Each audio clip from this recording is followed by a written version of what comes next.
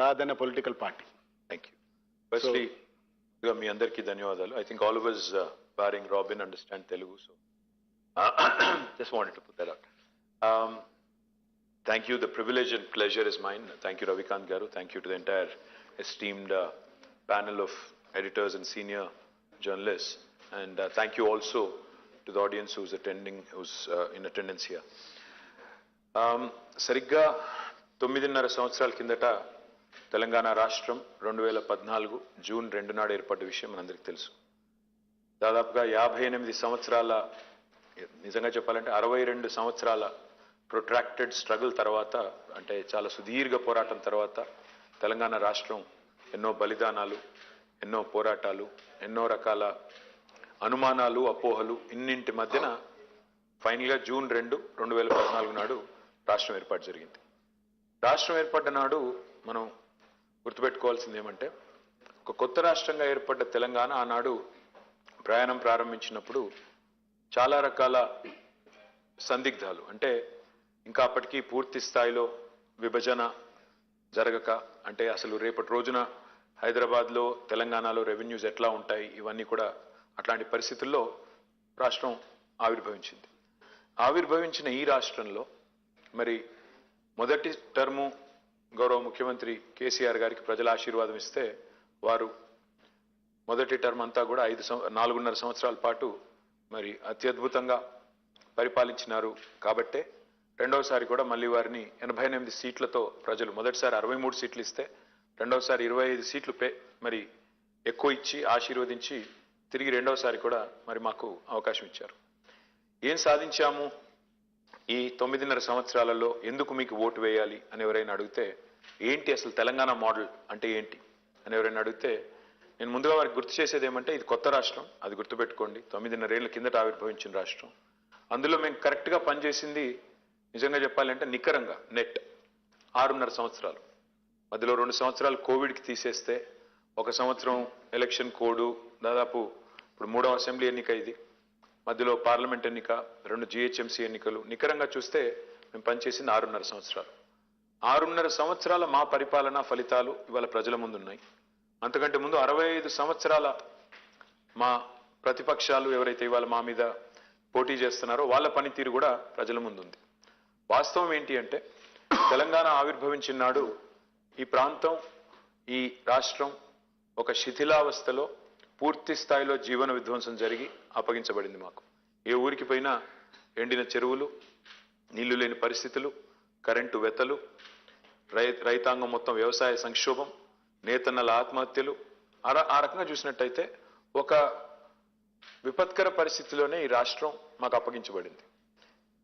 Start అవడమే ఈ రాష్ట్రం నిజానికి జర్నీ ప్రారంభమైనప్పుడు, ప్రయాణం ప్రారంభమైనప్పుడు మనం గుర్తు చేసుకుంటే, విద్యుత్ లోటుతో స్టార్ట్ అయిన రాష్ట్రం, విద్యుత్ కోతలతో సతమతం అవుతున్న రాష్ట్రం. మీకు గుర్తుండాలి, 3 రోజులు పవర్ హాలిడేలు ఉండేది హైదరాబాద్లో పరిశ్రమలకి.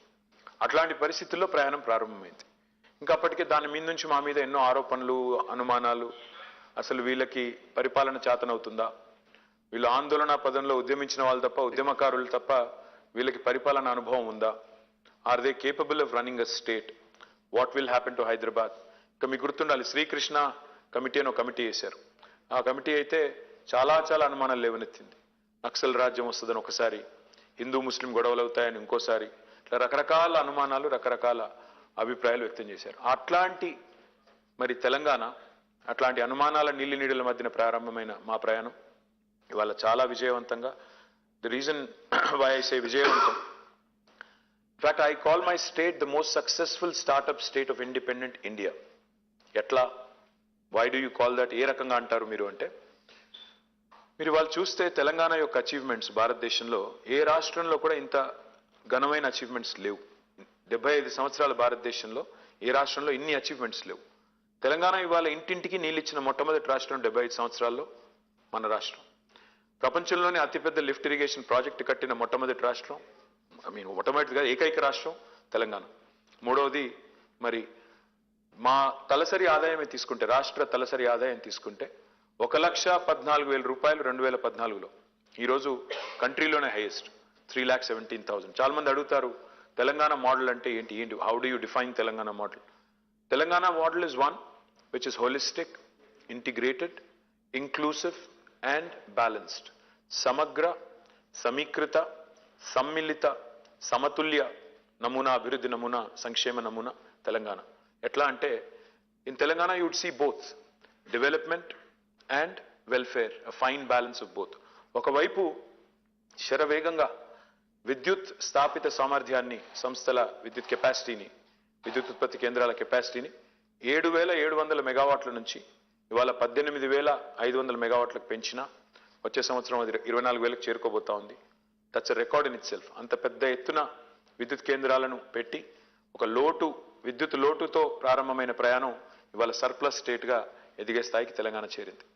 ద సేమ్ టైం అదే మాదిరిగా ఒక డెవలప్మెంట్ అంటే ఒక విద్యుత్ రంగంలోనే కాదు, మంచినీళ్ళ విషయం తీసుకోండి. ఒక 37,000 కోట్ల రూపాయలు ఖర్చు పెట్టి ఇంటింటికి నీళ్ళు ఇచ్చిన మొట్టమొదటి రాష్ట్రం ఇప్పుడే నేను చెప్పినట్టు మిషన్ భగీరథ అనే కార్యక్రమం ద్వారా. అదే మాదిరిగా 1,70,000 కోట్ల రూపాయలు ఇవాళ సాగునీటి రంగంలో పెట్టి, ఎందుకంటే తెలంగాణ ఉద్యమానికి పునాది నీళ్లు, నిధులు, నియామకాలు. మరి ఆ నీళ్లలో ప్రతి నీటి బొట్టును ఒడిసిపట్టి కృష్ణలో, గోదావరిలో, ఇటు కాళేశ్వరం అయినా అటు పాలమూరు రంగారెడ్డి ఎత్తిపోతల పథకమైనా రెండు అతిపెద్ద లిఫ్ట్ ఇరిగేషన్ ప్రాజెక్టులని సక్సెస్ఫుల్గా మరి వాటిని ఎన్నో క్లియరెన్స్లు, ఎన్నో ఆటంకాలు, ఎన్నో కోర్టు కేసులు, ఎన్నో రకాల ఇబ్బందులు అవన్నీ కూడా ఎదుర్కొని ఇవాళ సక్సెస్ఫుల్గా వాటిని ఒక కొలికి తీసుకొచ్చాం. దాంతోపాటు తెలంగాణకి మెయిన్ స్టేగా ఉన్న చెరువులు మిషన్ కాకతీయ, అప్పటికి తాంబాలలాగా మారిపోయిన చెరువుల్ని మిషన్ కాకతీయ అనే ప్రోగ్రాంలో గంగాలలాగా మార్చి మరి భూగర్భ నీటి వనరులను కూడా పెంచింది తెలంగాణ. టుడే సమగ్ర, సమీకృత, సమ్మిళిత, సమతుల్యాన్ని ఎందుకంటానంటే ఒకవైపు తెలంగాణలో ఐటీ ఎగుమతులు దూసుకొని పోతున్నాయి. 56,000 కోట్లు తెలంగాణ ఐటీ ఎగుమతులు 2014లో, ఈరోజు 2,41,000 కోట్లు. అది మధ్యలో 2 సంవత్సరాలు కరోనా ఉండంగా కూడా ఇంత గ్రోత్ ఉంది. గత 2 సంవత్సరాలు తెలంగాణ హైదరాబాద్, బెంగళూరును దాటేసింది. టెక్నాలజీ జాబ్ క్రియేషన్లో last year 33% of the total tech jobs in India came from Hyderabad. This year it's 44%. It has never happened in the history of India that another city has beaten Bangalore, and that too 2 years in a row. At the same time ఒక ITA కాదు, ఇంకోవైపు agriculture expansion కూడా జరిగింది. 68 లక్షల metric టన్నుల వరి ధాన్యం పండించే తెలంగాణ 14వ ర్యాంకులో ఉన్న తెలంగాణ భారత రాష్ట్రాల్లో ఇవాళ అగ్రభాగానికి వచ్చింది. నంబర్ 1 స్టేట్ అయింది. పంజాబ్ని, హర్యానాను తలదన్ని ఇవాళ 3.5 కోట్ల టన్నుల వరిధాన్యం పండించే స్థాయికి ఎదిగింది తెలంగాణ. అంటే ఎంత వరిధాన్యం పండుతుందంటే చివరికి గవర్నమెంట్ ఆఫ్ ఇండియా కూడా చేతులు ఎత్తేసే స్థాయికి, ఫుడ్ కార్పొరేషన్ ఆఫ్ ఇండియా కూడా ఇంకా మేము కొనలేము అనే స్థాయికి ఎదిగింది. సో ఐటీ పెరుగుతోంది, వ్యవసాయము మరోవైపు విస్తరించింది. పరిశ్రమలు ఇబ్బడి ముబ్బడిగా వస్తా ఉన్న 24,000 పరిశ్రమలకి అనుమతులు ఇచ్చింది తెలంగాణ టీఎస్ఐ పాస్ అనే ఒక సంస్కరణ ద్వారా. 24 లక్షల ప్రత్యక్ష ఉపాధి అవకాశాల కల్పన జరిగింది. ఒకవైపు పరిశ్రమలు పెరుగుతున్నా, పరిశ్రమలు విస్తరిస్తున్నా, మరొక వైపు పర్యావరణ హితంగా జరిగింది. పర్యావరణంలో చూస్తే గ్రీన్ కవర్ తీసుకుంటే Telangana today has rare distinction. మనం highest green cover growth in last 10 years. ఇది నేను చెప్పడం కాదు, ఫారెస్ట్ సర్వే ఆఫ్ ఇండియా చెప్తుంది. 7.7%. New forest of 5,13,000 acres has been created by this new state, which is again a record. మూడవది తెలంగాణ భూభాగం తీసుకుంటే మనం we are 11th largest geographically. Population paranga chuskunte we are 12th largest in the country. We are only 2.5% of India. We are only 2.5% of India in population. Kani our contribution to India's GDP is 5%. We are only 2.5% of India in population. But the number of awards we win in Panchayati awards, National Panchayati awards lo 30%. అంటే 3% కంటే తక్కువ జనాభా ఉండే తెలంగాణ 30% జాతీయ స్థాయిలో పంచాయతీ అవార్డులు గెలుచుకుంటోంది. At the same time ఇటు పల్లె ప్రగతి, ఇంకో పట్టణ ప్రగతి కూడా. పట్టణ ప్రగతిలో భారతదేశంలో ఇవాళ 2వ అత్యధిక అవార్డులు పొందుతోంది తెలంగాణ. స్వచ్ఛ సర్వేక్షణలు 26 అవార్డులు ఇవాళ మహారాష్ట్ర తర్వాత మనం. కానీ మహారాష్ట్ర మనకంటే గణనీయంగా పెద్ద స్టేట్. ఆ లెక్కను తీసుకుంటే దామాషా ప్రకారం చూస్తే మనమే నెంబర్ 1. ఇంకోవైపు అభివృద్ధి, సంక్షేమం. ఇంకో అరుదైన నమూనా ఈరోజు తెలంగాణలో మీకు కనబడుతుంది. ఒకసారి 25 ఏళ్ళు, మీరందరూ సీనియర్ జర్నలిస్టులు కాబట్టి 25 ఏళ్ళు మన ఉమ్మడి ఆంధ్రప్రదేశ్ కానీ తెలంగాణ కానీ హైదరాబాద్ బేస్డ్ జర్నలిస్టులు కాబట్టి మీరందరూ ఎవరు ఒక ముద్ర, తనదైన ఒక ముద్ర వేయగలిగారు ముఖ్యమంత్రులు గత 25 సంవత్సరాల్లో అంటే నన్ను అడిగితే 3. ఒకటి మొదలు చంద్రబాబు నాయుడు గారు 1999 to 2004 ఆ రోజుల్లో ఐటీ అనండి ఇంకోటి అనండి నేను 25 ఏళ్ళే చెప్తున్నాను కాబట్టి 99 అని చెప్తున్నాను, అది అంతకు ముందు నుంచే ఉన్నారు ఆయన. బట్ 1999 to 2004 చంద్రబాబు, ఆయనకు ఒక pro business, pro IT, pro urban image ఉండేది. 2004 తర్వాత డాక్టర్ వైఎస్ రాజశేఖర రెడ్డి గారు వచ్చిన తర్వాత he had a different image, he cultivated a different image, pro poor, pro agri, pro rural. తర్వాత మళ్ళీ మధ్యలో వచ్చారు 2-3 ముఖ్యమంత్రులు, కానీ తర్వాత మళ్ళీ గుర్తుపెట్టుకునేది ప్రజలు కేసీఆర్ గారు. గత 9.5 సంవత్సరాలుగా కేసీఆర్ గారిలో స్పెషాలిటీ ఏంటంటే అటు చంద్రబాబు గారిలో ఉండే ఆ 3 లక్షణాలు, pro urban, pro IT, pro business, plus Rajasekhara Reddy గారిలో ఉండే 3 లక్షణాలు, pro poor, pro agriculture, pro rural, ఈ రెండింటి ఫైన్ బ్లెండ్ కనబడుతుంది మీకు కేసీఆర్ గారి government. That's why you see a fine balance, Palle Pragathi, పట్టణ ప్రగతి, ఐటీ, వ్యవసాయం, ఒకవైపు డెవలప్మెంట్, మరొక వైపు అభివృద్ధి, ఒకవైపు మన పర్యావరణం, మరొక వైపు పరిశ్రమలు. ఈ అరుదైన సమతూకాన్ని సాధించిన రాష్ట్రం తెలంగాణ. మా GSDP, gross state domestic product, రాష్ట్ర స్థూల ఉత్పత్తి ఆదాయం 5,05,000 కోట్లు 2014లో, ఈరోజు 13,27,000 కోట్లు. తలసరి ఆదాయం ఇప్పుడే నేను చెప్పాను, GSDP highest growth in the country, highest per capita in the country. మరి ఇంకో మాట అనొచ్చు మీరు, అదేముంది అని, హైదరాబాద్ ఉంది కాబట్టి అంటారు కొంతమంది. వాస్తవం ఏంటంటే 2014లో తెలంగాణ ఏర్పడ్డ నాడు హైదరాబాద్ మినహా 9 జిల్లాలు కూడా, మిగతా 9 జిల్లాలు కూడా backward reason grant funds receive చేసుకునేది. వెనుకబడ్డ జిల్లాలు, భారత ప్రభుత్వం చేత వెనుకబడ్డ జిల్లాలుగా గుర్తించబడ్డ జిల్లాలు 9, వాటికి బీఆర్జీఎఫ్ గ్రాంట్స్ కూడా వచ్చేది. కానీ ఈరోజు 33 జిల్లాల తెలంగాణ తీసుకుంటే ప్రతి తెలంగాణ జిల్లా, నాట్ ఇంక్లూడింగ్ హైదరాబాద్ను మినహాయించినా కూడా ప్రతి తెలంగాణ జిల్లా యొక్క per capita is higher than the national average. So that goes to show you that there has been all-round development. Telangana also had been very successful in reducing farmer suicides. ఇవాళ నేను చెప్పడం కాదు, భారత పార్లమెంట్లో అత్యల్పంగా రైతుల ఆత్మహత్యలు గణనీయంగా తగ్గి అత్యల్పంగా ఎక్కడ జరుగుతున్నాయంటే తెలంగాణ అని భారత ప్రభుత్వమే చెప్తోంది. ఆ రకంగా చూసినప్పుడు ఇట్స్ అన్ ఆల్-రౌండ్ డెవలప్మెంట్. ఇవాళ సంపద సమృద్ధిగా సృష్టించబడింది, ప్రజలు సంతోషంగా ఉన్నారు. చాలా యునీక్ ఇనిషియేటివ్స్, భారతదేశంలో ఎన్నడూ ఇతిహాసంలో లేని యునీక్ ఇనిషియేటివ్స్, రైతు బంధు, దళిత బంధు, అదే మాదిరిగా 24 గంటల కరెంటు వ్యవసాయానికి, రైతు బీమా, ఇలాంటి యునీక్ ఇనిషియేటివ్స్ ఎన్నో తీసుకొచ్చింది తెలంగాణ ప్రభుత్వం. ఎందుకు మాకు ఓటు వేయాలి అంటే నేను చెప్పేది ఒకటే, అభివృద్ధి, సంక్షేమం, ఈ రెండింటి అరుదైన సమతూకాన్ని పాటిస్తూ భారతదేశంలోనే ఈరోజు అగ్రశ్రేణి రాష్ట్రంగా ఎదిగింది తెలంగాణ. కొంతమంది అంటున్నారు మార్పు కోసం మాకు ఓటేయండి అంటున్నారు. నేను వారిని అడిగేది ఒకటే, ఏ మార్పు కోసం? 6 నెలలకోసారి మారే ముఖ్యమంత్రి మార్పు కోసమా? లేదా 24 గంటల కరెంటు పోయి 3 గంటల కరెంటు తెచ్చే మార్పు కోసమా? స్కీములు పోయి స్కాములు వచ్చే మార్పు కోసమా? నిండిన చెరువులు పోయి ఎండిన చెరువులు వచ్చే మార్పు కోసమా?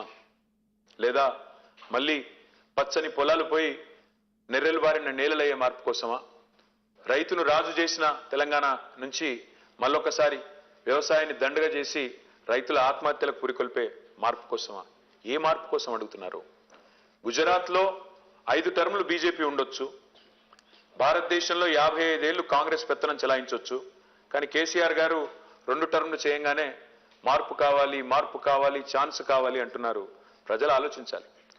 గతంలో కరెంట్ ఇవ్వని అసమర్థులు, గతంలో తాగునీరు ఇవ్వని అసమర్థులు, గతంలో వ్యవసాయాన్ని పట్టించుకొని అసమర్థులు, 55 ఏళ్ళు అవకాశం ఇచ్చినా ఏమీ చేయని అసమర్థులకు ఓటేద్దామా? లేదా 6.5 ఏళ్లలోనే తనదైన ప్రస్ఫుటమైన ముద్రను ఈ రాష్ట్ర అభివృద్ధి, సంక్షేమ ముఖ చిత్రంపై వేసిన కేసీఆర్ గారికి ఓటేద్దామా? ప్రజలు ఆలోచించాలి. ఇవాళ తెలంగాణ ప్రజలు మార్పు కోరుకున్నారు కాబట్టే తెలంగాణ వచ్చింది. ఇవాళ చెప్తున్న మార్పు ఏదైతే ఉందో 2014లోనే వచ్చింది. ఆ మార్పు వచ్చింది కాబట్టే ఇవాళ తెలంగాణ ప్రజలకి న్యాయం జరుగుతోంది. అందుకే నా విశ్వాసం ఏమంటే ఈ అభివృద్ధి, ఈ సంక్షేమం ఇట్లాగే కొనసాగాలి అంటే ముమ్మాటికి ఈ ప్రభుత్వం కొనసాగాలి, ఈ ప్రగతి ప్రస్థానం ఆగకూడదు. మళ్ళీ గతంలో విఫల ప్రయోగాలను, గతంలో విఫలమైన పార్టీల్ని మళ్ళీ తెచ్చి నెత్తిన పెట్టుకుంటే మళ్ళీ ఒకసారి తెలంగాణ ఇదివరకు ఒక్క తప్పు చేసినందుకే 58 ఏళ్లు క్షోభపడింది తెలంగాణ. 1956లో ఇష్టం లేని పెళ్లి ఒప్పుకున్నందుకే ఆనలోంచి బయటపడడానికి 58 ఏళ్లు పట్టింది. మళ్ళీ తప్పు చేస్తే 50 ఏళ్లు వెనక్కి పోయే ప్రమాదం ఉంది తెలంగాణకి. కాబట్టి ప్రజలు ఆలోచించి జాగ్రత్తగా ఓటేయాలన్న విజ్ఞప్తి. Vote for progress, vote for development, vote for positive politics, vote for progress. This is what my appeal is. Thank you sir. అసలు మీ స్పీచ్లో వింటుంటే నాకు ఒక చాలా ఇంట్రెస్టింగ్ పాయింట్ ఒకటి దొరికింది. మీరు ఒక వర్డ్ యూజ్ చేసినారు, తెలంగాణ, ప్యూర్లీ తెలంగాణ వర్డ్ తాంబాలం అని. So I think one of the biggest achievements of Telangana struggle agitation was also the revival of Telangana dialect.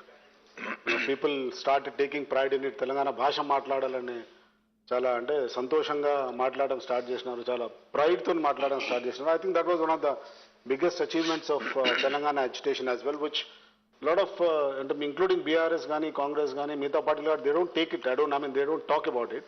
But I think నాకు ఒక నార్మల్ తెలంగాణ వాడిగా నాకు చాలా నచ్చుతుంది అది. తెలంగాణ భాష, తెలంగాణ సాహిత్యం మీద బాగా ప్రేమ పెరిగింది.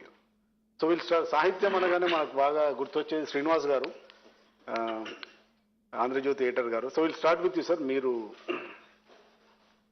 తెలంగాణ ఇడియం అనేది వాళ్ళ అందరం ఎక్కింది. 10 సంవత్సరాలుగా తెలంగాణ వచ్చిన తర్వాత తెలంగాణ ఉద్యమం కోరుకున్న వాటిలో సెల్ఫ్ రెస్పెక్ట్ అనేది చాలా ముఖ్యమైన విషయం. అయితే కేటీఆర్ గారు మీరు 10 రోజులు ఉంది, ఇంకా 10 రోజులు, వారం రోజులు ఉంది, 6 రోజులు ఉంది. 6 రోజులు ఉంది. నేను రోజు లెక్క పెట్టుకుంటా. I wish you all the best in your efforts. Thank you. అయితే మీరు ఈ క్యాంపెయిన్ ఈ దశలో పోయినసారి కంటే, పోయిన ఎలక్షన్స్ కంటే, అంతకుముందు ఎలక్షన్స్ కంటే ఈసారి మీ ప్రచార పద్ధతి సరళి చాలా భిన్నంగా ఉంది. అంటే మామూలుగా కన్వెన్షనల్ వేలో రోడ్ షోస్ అవన్నీ బహిరంగ సభలు మాట్లాడుతున్నారు. అవి కాక you're trying to reach out so many sections. అవి ప్రత్యేకంగా అవి ఇన్నోవేషన్ కోసం చేశారా, లేదంటే ఆ సెక్షన్స్ మీరు చేసిన వీడియోస్ చూస్తే నిరుద్యోగులతోటి కానీ, ఉమెన్ ఇష్యూస్ మీద మాట్లాడటం కానీ, ఒక సింగర్తో మాట్లాడటం కానీ, ఇవన్నీ ఉన్నాయనుకోండి. ఇది ఏదైనా ఒక సమస్య, ఒక ప్రాబ్లమాటిక్గా ఉన్న అంశాలని, మీలో ఏదైనా డెఫిషియన్సీగా ఉన్న అంశాలని అడ్రస్ చేయడం కోసం చేస్తున్నారా? అంటే రెండు ఉన్నాయండి, అందులో 2 కోణాలు ఉన్నాయి.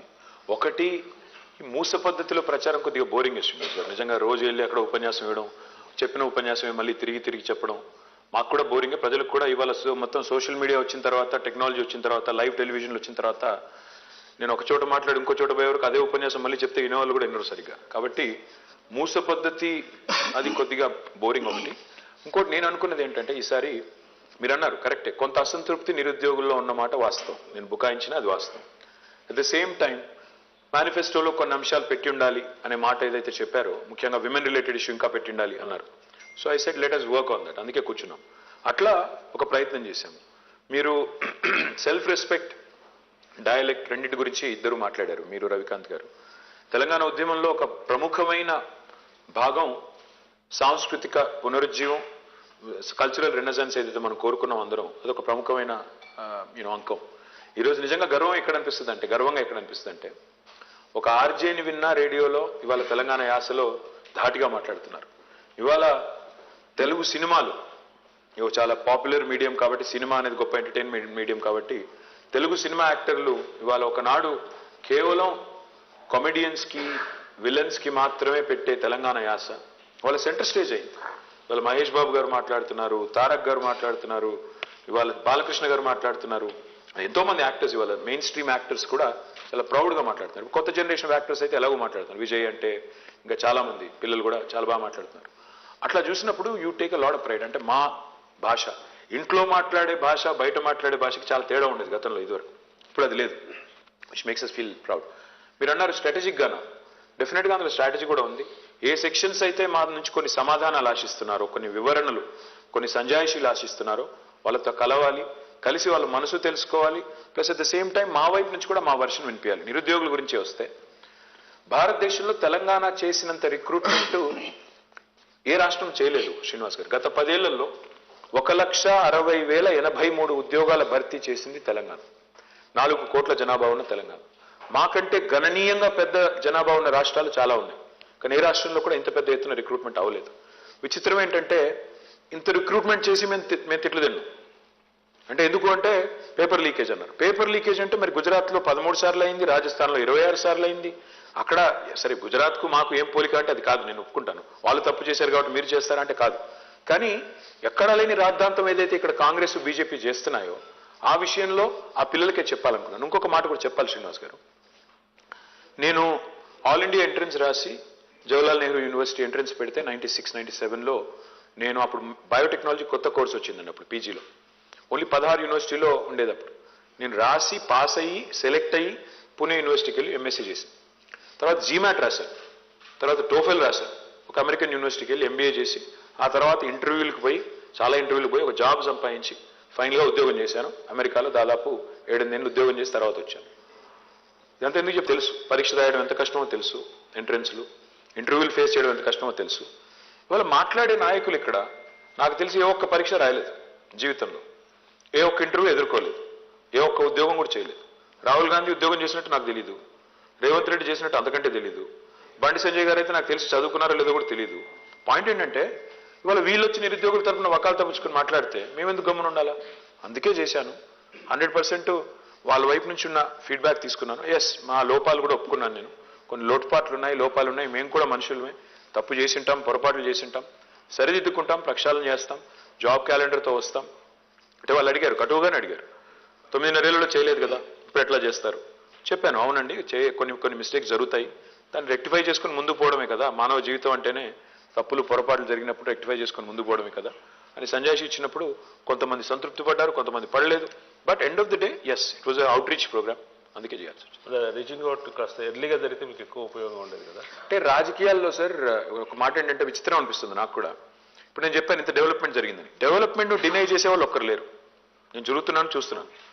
హైదరాబాద్ డెవలప్ అవ్వలేదంటే అయిందంటారు, కరెంటు బాగా లేదంటే బాగైందంటారు, రైతు బంధు రావట్లేదో వచ్చిందంటారు, సంక్షేమ పథకాలు వస్తున్నాయి అంటారు. మరి ఇంకా ఎందుకు అసంతృప్తి అంటే మానవ నైజం ఏంటంటే అయిపోయిన వాటన్నింటినీ పక్క దోసేసి మిగతా ఇంకా 1-2 ఏదైనా మిగిలింటే అది నాకు రాలేదు, నాకు ఇండివిజువల్గా మా ఊళ్ళో రోడ్డు పడింది, నాకేమిచ్చావు, ఇట్లా ఉంది.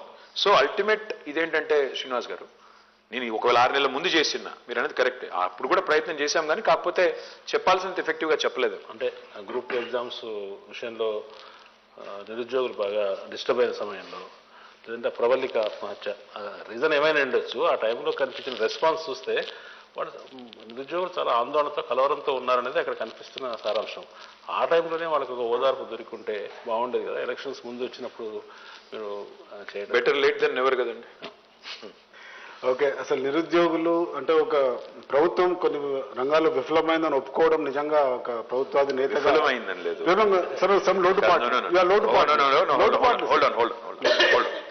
We have done the highest recruitment in the country, and through this medium, let me challenge Rahul Gandhi and Narendra Modi again.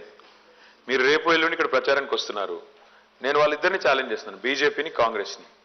మాకంటే ఎక్కువ రిక్రూట్మెంట్ చేసిన రాష్ట్రం గత 10 ఏళ్లలో భారతదేశంలో చూపెట్టి మాట్లాడండి, నోటికొచ్చినట్టు మాట్లాడకండి. మేము హైయెస్ట్ రిక్రూట్మెంట్ మేము చేశాము. I can produce all the data, I already put up in website ఓపెన్గా పారదర్శకంగా. విఫలమైంది ఎక్కడ అంటే టీఎస్పీఎస్సీ ఒక లీకేజ్ జరిగింది. ఆ లీకేజ్ ఎవరు పట్టుకున్నారు? రవికాంత్ గారు, మా ప్రభుత్వమే పట్టుకుంది. మీడియా పట్టుకోలేదు, ప్రతిపక్షాలు పట్టుకోలేదు, మా ఇంటెలిజెన్స్ డిపార్ట్మెంట్ పట్టుకుంటే మేమే దాన్ని కప్పిపుచ్చకుండా తోసిపుచ్చకుండా మేమే 100 మందిని అరెస్ట్ చేయించాము, మేమే దాని ప్రక్షాళన దిద్దుబాటు చర్యలు తీసుకున్నాము. లోటుపాట్లు ఏంటి అంటే దురదృష్టం ఏంటంటే లీక్ చేసిన వాడు బీజేపీ వాడు. ఎవరైనా తప్పుందో ఇందులో రాజకీయ నిరుద్యోగులు ఎవరైతే జీవితాలతో ఆడుతున్నారో వాళ్ళే పోస్ట్పోన్మెంట్ అడుగుతారు, వాళ్ళే లీకేజీలు చేస్తారు, బదనాం మాత్రం మా మీద పెడతారు. ఇది కరెక్ట్ కాదు. ఓకే, లోటుపాట్లను ఒప్పుకున్నందుకు అసలు ఇంటర్వ్యూలు ఫేస్ చేయని నాయకులు మన దగ్గర ఉన్నారని మీరు అన్నారు. సో ఎన్డీఏ ఇంటర్వ్యూ దాకా పోయి వచ్చిన Sriram somehow became a journalist rather than an army officer. NDA, NDA. Yeah, NDA, not this NDA, National Defense. I didn't know you were interviewed for NDA, National Democratic Alliance. So Sriram, I think Kadagwasla. Yeah, Kadagwasla. Of course. We would have met in Pune at that. I know. I stayed on the year there. I know. So I think the next question goes to Sriram, who has faced one of the toughest interviews in the country. Yeah. Sriram is a tough interviewer anyway. No, sir, I'm very sweet to you and you're my dear friend, and I had said this before, I'm saying this now with 6 days ahead, that you are somebody everybody in Hyderabad takes pride on personally. People have said this, you have a leader like KTR. Ek bheja do humko. I don't think anybody can, as much as the development, the fact that you're the face of Hyderabad's transformation in the last decade. And yes, the rest is all politics. My question to you would be essentially this. If you go on a win in 6 days, the election will almost be over 6 days from now, what would be the three main reasons? And if you lose, I know you'll say it's not a chance, but what would be the three things that might have contributed to this kind of a... Like, I'm glad you guessed it right. I'm actually going to say I'm not going to lose, so therefore I'm not going to take that answer, give you that answer. What will contribute to my victory? Three things. I think people want a stable government and able leadership. And that's what we offer. That's what our leader offers. That's what this government offers. Stability and ability. That is one high, first factor. Second thing is performance, track record. We have a credibility. అంటే మాట చెప్తే నిలబెట్టుకున్నాం. మేము రైతు బంధు చేస్తాము అని చెప్పాము. Despite so many things, we have done it. రైతు రుణమాఫీ అని చెప్పాము. 2 టర్మ్లు చేశాము. ఇప్పుడు సెకండ్ టర్మ్లో దాదాపు 75% అయింది, ఇంకో 25% మిగిలింది. అది కూడా చేశాం. So credibility.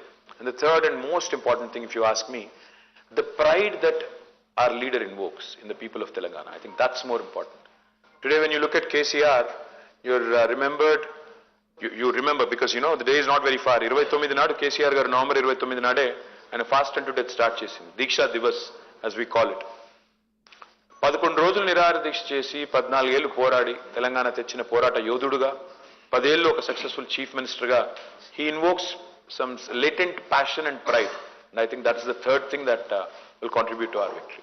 Since you did not answer the second part, I'll throw in a little fun for you and for everybody. Just to make it interesting, Yeah. It's not to try to corner you or anything like this. What I'm trying to essentially ask is, fine, you have no reason to see why you would do anything but go on to win this election. And are you worried when you look back at just one thing? In the entire campaign of BRS, in the last 45 days, there is a kind of paranoia being created that if Congress comes to power, Congress రేపు పదవిలోకి వస్తే ఇది పోతుంది, current పోతుంది, etc. Are you worried that this might evoke a sense of deja vu in the people of Telangana? ఇంతకు ముందు కూడా ఇదే జరిగింది. 2014 ముందు తెలంగాణ వచ్చే ముందు కూడా తెలంగాణ వాళ్ళకి లీడర్షిప్ కేపబిలిటీ లేదు, చేసుకోలేరు అంటే they rejected it. They did a leap of faith before. What we tried doing, what we are trying to do, Sriram, is we have taken 3 tenets: pride, fear, hope. First thing we did in this campaign was, in the last couple of months, we invoked pride. Etlunde Telangana, etlaindi Telangana. How was it? How is it now? Enta marpu vachindi chudandi, number 1. So we showed all kinds of things. Etla unna Telangana etla mari chudandi, roadlu etla marinayi, current etla marindi, etc. Try to lakes etla marinayi, etc. Rendavadi, now what the phase we are in currently is one of fear. Because ఇవాళ chance ఇవ్వండి అని అడుగుతున్న వాళ్ళు, మార్పు కావాలని అడుగుతున్న వాళ్ళు, అది మార్పు కానే కాదు. అది it's old wine in new bottle. కొత్త సీసాలో పాత సారా అదే సరుకు. అది చెప్తున్నాం మేము. ఈ సరుకు మంచిది కాదు, ఎందుకంటే ఎప్పుడో ఎక్స్పైర్ అయిపోయింది. ఇదే సరుకు గతంలో మనం నాశనం చేసింది. ఇదే సరుకు తెలంగాణని భ్రష్టు పట్టించింది. కాబట్టి ఈ సరుకు నమ్మకండి అని చెప్తున్నాం. ఇది రెండో దశ. మూడో దశ hope. What about tomorrow? Today in the morning I presented at the Hyderabad real estate convention. Where do we see Telangana 24 years from now? భారతదేశానికి 100 సంవత్సరాలు నిండినప్పుడు తెలంగాణ ఎక్కడ ఉండాలి, ఎక్కడ చూస్తున్నాం? వాళ్ళు మీరు చూస్తే, మీరు మమ్మల్ని అంటున్నారు, మీరు మా అపోజిషన్ క్యాంపెయిన్ చూస్తే కేసీఆర్ గారు రూపాయి ఇస్తే మేము రూపాయిన్నర ఇస్తాము అనేది తప్ప, have they shown a development agenda at all in this campaign? Either BJP or Congress? ఏమన్నా ఒక్కటి ఫలానాది మేము చేస్తాం. ఇప్పుడు మేము చెప్తున్నాం 415 కిలోమీటర్లకు మెట్రో తీసుకుపోతాము నెక్స్ట్ 10 yearsలో అని చెప్తున్నాం. మేము 24/7 డ్రింకింగ్ వాటర్ ఇవ్వాలి 10 yearsలో అనేది మా కళ అని చెప్తున్నాము. అంటే we're showing a futuristic vision. So there are 3 components: pride, fear, hope. So what you're dwelling on, maybe that caught your attention, maybe not the pride part, but we take a lot of pride in our achievements. We are also invoking fear on the opponent's abysmal track record. And of course, we'll invoke hope about why after we elected, how we can take it further up. And if you see our campaign slogan, we're saying let's go from good to great. సాధించింది చాలా ఉంది, సాధించాల్సింది ఇంకా ఉంది. So what that means is essentially, Umeed pe duniya कायम hai, and there is always hope in BRS doing very well in the next term. Okay, ఎట్లుండే Telangana, ఎట్లయింది Telangana slogan అయితే చాలా very catching ఉంది సార్. సో వాసు గారు ఐ థింక్ 30 years నుంచి చూస్తున్నారు తెలంగాణ ఎట్లా ఉండే ఎట్లయిందని. Maybe Vasu can take off from where he left. You have narrated in multiple interviews, conversations, public meetings, what all you have done. I'm asking what we asked you in a different way. Okay. What are the 3 things that you think you could have probably done better, you have failed? I mean, I'm sure there are areas where there are scope for you would agree for sure that Absolutely. you haven't done perhaps as well as you would have liked, or you have completely failed. Can you tell us what is state అంటారా, హైదరాబాద్ అంటారా, ఎట్లా అంటారు? State అంటారు. Telangana since state అంటే 2004, since you were in power. Srinivas గారు అన్నది And let me ask you one more small supplement. Between 2014, 18 and now, you are claiming you will win 80, they are claiming Revanth says he will win 80, but realistically speaking, do you agree that this perhaps the toughest election that TRS is facing? Right. So I'll take your first question first. నేనేమంటున్నా వాసన, మీరు ఈ మూడు పనులు చేసింటే ఏం చేస్తుంటే బాగుండేది, ఏం మిస్ అయ్యారు అన్నారు కదా. ఒకటి, భారతదేశంలోనే అత్యధికంగా ఉద్యోగాలు ఇచ్చినప్పటికీ ఆ పర్సెప్షన్ ఏదైతే క్రియేట్ అయిందో మేమేదో చేయలేకపోయాము అనేది, అది బెటర్ హ్యాండిల్ చేసి ఉండాలి. పర్సెప్షన్ మేనేజ్మెంట్ అది మేము ఇంకా బెటర్ చేసి ఉండాలి. డెఫినెట్గా దాంతో నేను ఏకీభవిస్తాను. రెండవది, మేము పోయిన 2 టర్మ్లో మీరు తీసుకుంటే ఆ కోవిడ్ ఇదంతా తీసేస్తే నిజంగా కూడా మేము ఫోకస్ చేసిందంతా కూడా ఇన్ఫ్రాస్ట్రక్చర్ పైన, పవర్ కానీ, ఇరిగేషన్ కానీ, డ్రింకింగ్ వాటర్ కానీ, రూరల్ అగ్రి సెక్టర్ మీద బాగా ఫోకస్ పెట్టాము, బాగా చేసాము. ఐ థింక్ అర్బన్ ఇన్ఫ్రాలో ఇంకా కొంత చేయాలి. ఇప్పుడు ఉదాహరణకు హైదరాబాద్లో నేను I should have done lot more in drainage systems and flood management system. That is going to be my top priority for next term. మూడవది నన్ను అడిగితే ఇంకా ఏం చేసి ఉండాలి అంటే, మేము ఇది ఒక వీక్నెస్ అనుకోండి, ఇతర రాష్ట్రాల్లో ప్రతిపక్షాలు ఎక్కువ తక్కువ మాట్లాడితే తొక్కేస్తున్నారు, మేము అది చేయలేదు. అది కూడా ఒక రకంగా వీక్నెస్ అనుకోవాలి రాజకీయంగా. సో అది మేబీ చేసి ఉండాలేము. ఎందుకంటే ఇవాళ మమ్మల్ని యూట్యూబ్ ఐ థింక్ మంచితనాన్ని కూడా అసమర్థత అనుకునే రోజులు ఇవి. మంచిగా ఉంటే ముఖ్యమంత్రిని బూతులు తిడుతుంటే కూడా పడుతుంటే అసమర్థత, వీళ్ళకి చేతగాంతనం అనుకునే రోజులు. So maybe we should take a relook at it, because డెఫినెట్గా వాక్ స్వాతంత్రాన్ని కూడా ఇవాళ బూతులు తిట్టడానికి, అంటే freedom of expression is not right to abuse. నోటికి వచ్చినట్టు బూతులు తిట్టే యూట్యూబర్లు, నోటికి వచ్చినట్టు జర్నలిజం పేరుతో మా మీద ఎజెండా డ్రివెన్ పాలిటిక్స్, కానీ బాగా టాలరేట్ చేసాం. అది తప్పేమో అది కూడా. My second question. Second question was toughest election అంటారా? ఓ సి 63 మాకు మొదటిసారి వచ్చింది, 88 మాకు రెండోసారి వచ్చింది. మీకు గుర్తుంటే ఇవాళ మనకి ఎప్పుడైనా ఏమనిపిస్తుంది అంటే హైండ్ సైడ్ 2020 అంటారు కదా, వెనక్కి తిరిగి చూసుకుంటే అంతా సాఫీగా క్లియర్ కనబడుతుంది. 2018లో కూడా సేమ్ బిల్డప్, కొత్త ఏం లేదు. చంద్రబాబు నాయుడు గారు వచ్చారు, ఆ రోజు కాంగ్రెస్తో పొత్తు పెట్టుకున్నారు, కమ్యూనిస్టులతో పొత్తు పెట్టుకున్నారు, మహాకూటమి, ఉత్తమ్ కుమార్ రెడ్డి గారు నేను గడ్డం తీయని అంటాడు. No, but the ground was different. No, I'll tell you what. It's always perspective. When you're in the midst of it, it always looks tough. ఆ రోజు మహాకూటమి అంటే అప్పుడు చంద్రబాబు వచ్చారు, ఏమైపోతుందో, 500 కోట్లు తెచ్చాడు, ఏమైపోతుందో, ఇవన్నీ ఉండే బిల్డప్. ఏమైంది ఫైనల్గా? నేనేమంటున్నా అంటే అందులో ఉన్నప్పుడు, నిమగ్నమైనప్పుడు అనిపిస్తుంది. ఇవాళ కూడా నేను అథారిటేటివ్గా కాన్ఫిడెంట్గా చెప్తున్నాను, ఇది గుర్తుపెట్టుకోండి.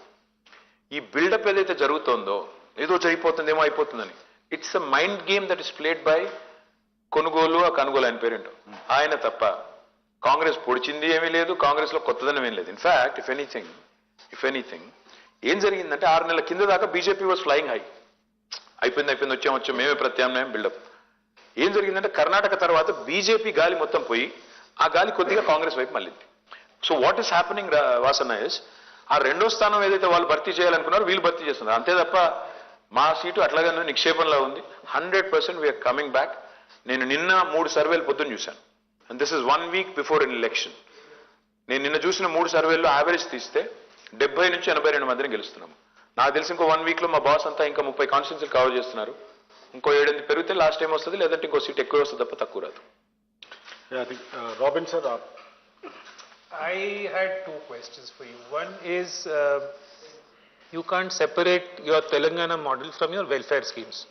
It's a key part of your entire Telangana model. I wonder if you are promising more than what you can deliver. One. Second, how long can you keep schemes like these going for a long term? Because we're talking about the future of Telangana as well. Point number 1. Point number 2, there is of course a political element to your welfare schemes also. You expect some political benefit, nothing wrong in that. But don't you think there is a law of diminishing returns that sets in when you keep certain welfare schemes going for a long time? When people start seeing it as a right, and perhaps rightly so, they see it as a right rather than some kind of favor that the government is doing to them. That is one. The second question is something that you had once told me, that one of your weak points, and you had openly spoken about this, is are the young in Telangana, many of whom may not have seen the struggles of the Telangana movement, and so they don't have that kind of connect, that emotional connect with BRS. You said that you created a lot of jobs, but yet unemployment is a political issue that has come up in this election, perhaps because a large number of people expect government jobs. Again, I think my assumption would be that you've promised more than what you can deliver in terms of, many governments have, in terms of government jobs to, especially to the rural youth. Well, I'll take the second question first. Memo, what we promised, Robin, was that lakhs of government employment would be available, and we have delivered on that. 2,32,000 is the number of jobs for which notifications have been issued, out of which recruitment has been completed for 1,60,083 jobs. 42,000 vacancies are still with us. We are in fact the state, I think the state with the least amount of vacancies in the entire country in government sector. And another 70,000 odd are in process, in motion, because of a variety of reasons. Some where the judiciary has intervened, some where the exams have been delayed for a variety of reasons. Despite that, we have delivered to a large extent on the promise. I can't say we've delivered 100%, but we've delivered to a large extent. Yes, but there is perception that we have not done enough. I agree on that. And that's what I was saying when I agreed with Srinivas. Sorry if I repeated the question. No, that's all right. So that's exactly what I was saying when I told him that we could have managed that perception better. Maybe we could have stepped in slightly before and spoken and engaged with all these youngsters. That's the second part. Now on the private sector, the fact is we have probably delivered more jobs. I'm talking about sort of a pro rata population sort of basis, probably more than many other states in India, because we've been very progressive. We are looked at as one of the most dynamic states in the country, which is very, very pro-business and, very, very quick. So that way, again, we have created number of avenues for youngsters who can come in and avail them. Again, maybe perception that other people, other state people are coming here and taking away the jobs, etc., which also has been created, is also true to an extent. Now, going back to your first question about welfare schemes and how long can you go on, law of diminishing returns. Robin, why do we do welfare in the first place? This country where we sit, India, has seen some terrible things in the past. And Indiramma Rajyam is what my opponent says. Indiramma Rajyam is when Naxalism was ripe. Why? We have more number of poor people on the planet than any other country. We have surpassed Nigeria. So, how do you take care of the poor, and also at the same time, how do you grow the wealth? Our model has been one where we tried to do a balance, find balance of both. We ensured that the poor, the vulnerable are taken care of, their basic subsistence is taken care of. And so we started a number of programs. Now, how long can you go on? I think once the upliftment starts happening, our ideologue, one of my favorite people, Professor Jayashankar, told me once. He said there are 3 levels in the sociological evolution of a human being or an institution. First is self-sufficiency, second is self-respect, third is self-rule. So जब self-sufficiency हो जाएगा, next will come self-respect, and then people will say, नहीं मुझे तुम्हारा ये नहीं चाहिए. There will come a time. Don't worry, there will come a time. Don't undermine the intellect of a common man in India. That time will also come. Don't worry about it. To carry forward what you said, see, we have been doing well on the economic parameters, as you mentioned, GST, etc. But when you take the social indicators, the Hindu, for example, carried a report 3 days back. You believe everything Hindu writes? No, it's based on data. Oh, no, he said no. No, I'm saying it's based on solid data provided by the state government, by the Niti Aayog and the Ministry of Family Health.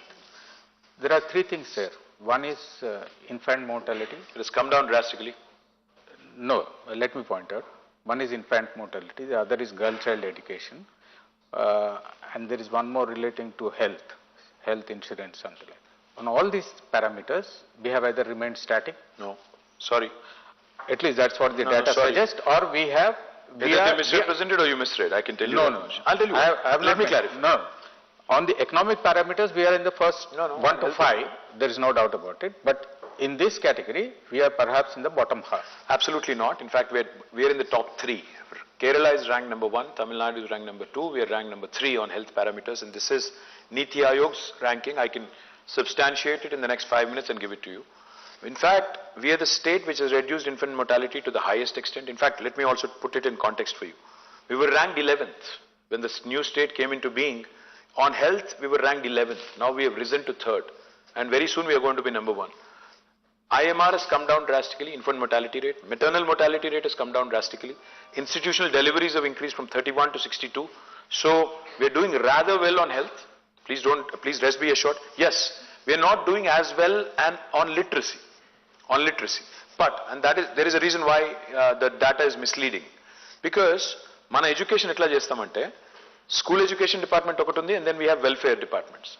The number of Gurukul schools that we have set up, 1,027 Gurukul schools. Unfortunately, the quantum of money we are investing there is not showing in the education numbers. So what they do is they'll calculate the education budget, not the welfare department budget which goes towards these Gurukul schools. So I can assure you, we'll be in the top 3 in both. It can be dovetailed, right? Unfortunately, that's not how Niti Aayog or other agencies work. So probably next time we have to sit with our planning department and do it. So since you're talking about Gurukul schools and how you have done, I think I should remind you of one great school. Surveil, and that's Yeah, your Surveil school, I know. That's my school as well. That you have really done well. I think India's best schools, I mean the best infrastructure you have created in the government sector, there's no doubt. Thank you for that, and maybe Undru Narasimha Rao garu will go, me question, sir. Sir. సిటీకి సంబంధించి ఒక ప్రశ్న అడుగుతాను. అయితే మొత్తం స్టేట్లో 3 కోట్లు ఉంటే ఇక్కడే 1 కోటి చిల్లర వాటర్స్ ఉన్నారు. మీరు వచ్చిన తర్వాత రోడ్ నెట్వర్క్ బాగా డెవలప్ అయింది, నో డౌట్ అందులో. కొన్ని నాలాల విస్తరణ, నెంబర్ 2 చెరువులు గొలుసు కట్టుగా చెరువులుగా చేయకపోవటం, నెంబర్ 3 మూసి అభివృద్ధి. ఈ 3 ఎందుకు చేయలేకపోయారు? అంటే సార్ ఆనెస్ట్లీ మీరు అన్నది కరెక్ట్. రోడ్లు బాగా చేశాము, కరెంటు బాగా చేశాము, తాగునీరు బాగా చేశాము, ఇంకా కొన్ని ఇన్ఫ్రాస్ట్రక్చర్ వనరులు కూడా చేశాము. మా ఏదన్నా చేయలేనిది నేను సరిగ్గా చేయందంటే అది కూడా స్టార్ట్ చేశాను. స్ట్రాటజిక్ నాలా డెవలప్మెంట్ ప్రోగ్రామ్ అని ఒక 1000 కోట్లు ఖర్చు పెట్టాం. కానీ హైదరాబాద్లోని నాలాలు ఆధునీకరించాలి, అన్ని చేయాలి అన్నప్పుడు దాదాపు 20,000 కోట్లు ఫ్లడ్ మేనేజ్మెంట్ సిస్టమ్ కానీ అదేవిధంగా డ్రైనేజ్ సిస్టమ్ కానీ చేయాలంటే 20,000 కోట్లు పడుతుంది. కానీ ఇంకొక ముఖ్యమైన పని చేశాను సార్ నేను. హైదరాబాద్ టుడే మనం ఒక్క నగరం భారతదేశంలో 100% సివరేజ్ ట్రీట్మెంట్ చేస్తున్న ఒకే నగరం హైదరాబాద్ ఈరోజు. అది కూడా గొప్ప అచీవ్మెంట్ అండి. ఎందుకంటే ఈ చెరువులు బాగుపడాలి అంటే ముందు చేయాల్సింది సివరేజ్ ట్రీట్మెంట్. 2000 MLDల సివరేజ్ ఉత్పత్తి అవుతుంది హైదరాబాద్లో ప్రతిరోజు. ఇవాళ 100% సివరేజ్ ట్రీట్మెంట్ చేస్తున్న ఒకే నగరం. కంపారిజన్ కోసం చెప్తున్నాను, బాంబే చేసేది కేవలం 9%. 9 మాత్రమే, 91% సముద్రంలోకి వదిలేస్తారు. హైదరాబాద్ 100% చేస్తుంది. సో నెక్స్ట్ టర్మ్ చేయాలనుకుంటుంది ఏంటంటే మూసి, అదేవిధంగా ఈ ఫ్లడ్ మేనేజ్మెంట్. అయితే ఎందుకు చేయలేకపోయారు? నిజంగా చెప్పాలి అంటే, ఆనెస్ట్గా చెప్పాలి అంటే, కోవిడ్ కనుక రాకపోయింటే 1000% చేసేవాళ్ళం. కోవిడ్ వల్ల 1,00,000 కోట్ల నష్టం వచ్చింది బడ్జెట్కి. వచ్చిన తర్వాత కోవిడ్ టైంలో సంక్షేమం ఆగకూడదు, రైతు బంధు ఆగకూడదు, ఆసరా ఆగకూడదు, కళ్యాణ లక్ష్మి ఆగకూడదు, ఆసరా పెన్షన్లు ఆగకూడదు. కాబట్టి ఇతర కార్యక్రమాలు చేసేదానికి మాకు టైం దొరకలేదు, స్పేస్ కూడా దొరకలేదు. ఇంకొక మాట ఏంటంటే, ఇక మా కేంద్ర ప్రభుత్వమే మా మెడ మీద కత్తే పెట్టింది. ఒక శత్రు దేశం మీద విధించిన ఆంక్షలు, ఆర్థిక ఆంక్షలు, ఎకనామిక్ శాంక్షన్స్ అంటారే, అంత స్థాయిలో మా మీద విధించి, నిన్న నిర్మలా గారు స్ట్రైట్గా చెప్పారు కదా, చాలా బాహాటంగా చాలా ఓపెన్గా చెప్పారు, వాళ్ళు మోటార్లకి మీటర్లు పెట్టలేదు కాబట్టి మేము ఇవ్వలేదు. అంటే అన్యాపదేశంగా ఆమె కాంగ్రెస్ను కూడా ఇరికిచ్చింది. రాజస్థాన్లో మీటర్లు పెట్టారు, రేపు ఇక్కడ కూడా పెడతారేమో కాంగ్రెస్ వాళ్ళు మోటార్లకు మీటర్లు, అది కూడా చూడాలి. కాబట్టి మేము ఈ అన్ని కారణాల వల్ల చేయలేకపోయాం. బట్ నెక్స్ట్ టైం తప్పకుండా చేస్తాం. అనుకుని చేయలేకపోయినా ఏమన్నా ఉన్నాయి సార్ సిటీకి సంబంధించి? అనుకుని చేయలేకపోయింది సిటీలో అంటారా? సిటీలో రక్షణ శాఖ భూములు ఇవ్వలేదండి. నాకు అది చాలా చాలా ఇష్టమైన సబ్జెక్టు, ఇంట్రెస్ట్ ఉన్న సబ్జెక్టు. ఆ 2 స్కైవేలు కట్టాలని ఉండింది. ఏది ప్యాట్నీ నుంచి కొంపల్లి దాకా, ఇటు జేబీఎస్ నుంచి జూబ్లీ బస్ స్టాండ్ నుంచి తూముకుంట దాకా. దాదాపు 10 సార్లు కలిశాను కేంద్ర మంత్రుల్ని, రక్షణ మంత్రుల్ని, ప్రధానమంత్రిని. లిటరలీ చెవిటివాడి ముందు శంఖం వదినట్టే అయింది. అసలు ఒప్పుకోలేదు, ఇవ్వలేదు. అదొకటి బాగా బలమైన కోరిక చేయాలని. మరి వచ్చే సంకీర్ణ ప్రభుత్వం వస్తే మా రోల్ ఉంటే ఈసారన్నా అవుతుందేమో అని ఆశించాలి. కనెక్టివిటీ గురించి మాట్లాడుతూ నర్సరావు ఇప్పుడు సిలిండర్ 400 రూపాయలు అన్నారు మీరు. ఈ 400 రూపాయలు మేనిఫెస్టోలో పెట్టారు. 4 ఏళ్ల ముందే మీరు చేసి ఉంటే మహిళల మీద ఇంకా ప్రభావం ఉండు అని మీరు ఏమైనా ఎప్పుడైనా భావించారా? అంటే ఏ అస్త్రం ఏ పటాకు ఎప్పుడు కావాలో అప్పుడు కావాలి కదా సార్. ఇప్పుడే కలిసి ఇప్పుడు మేమేం చెప్పాము, ఎందుకు దానికి లాజికల్గా చెప్పాము.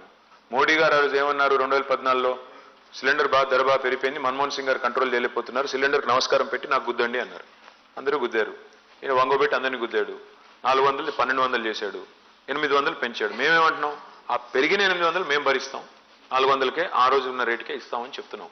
సరే ఎప్పుడో చేసింటే బాగుండేది అంటే బాగానే ఉండేది, కాకపోతే ఇప్పుడు సందర్భం వచ్చింది, డెఫినెట్గా చేస్తే బాగానే ఉంటుంది. ఇప్పటికైనా బెటర్ లేట్ దెన్ ఎవర్ అంటారు కదా, ఇప్పుడు చేద్దాం.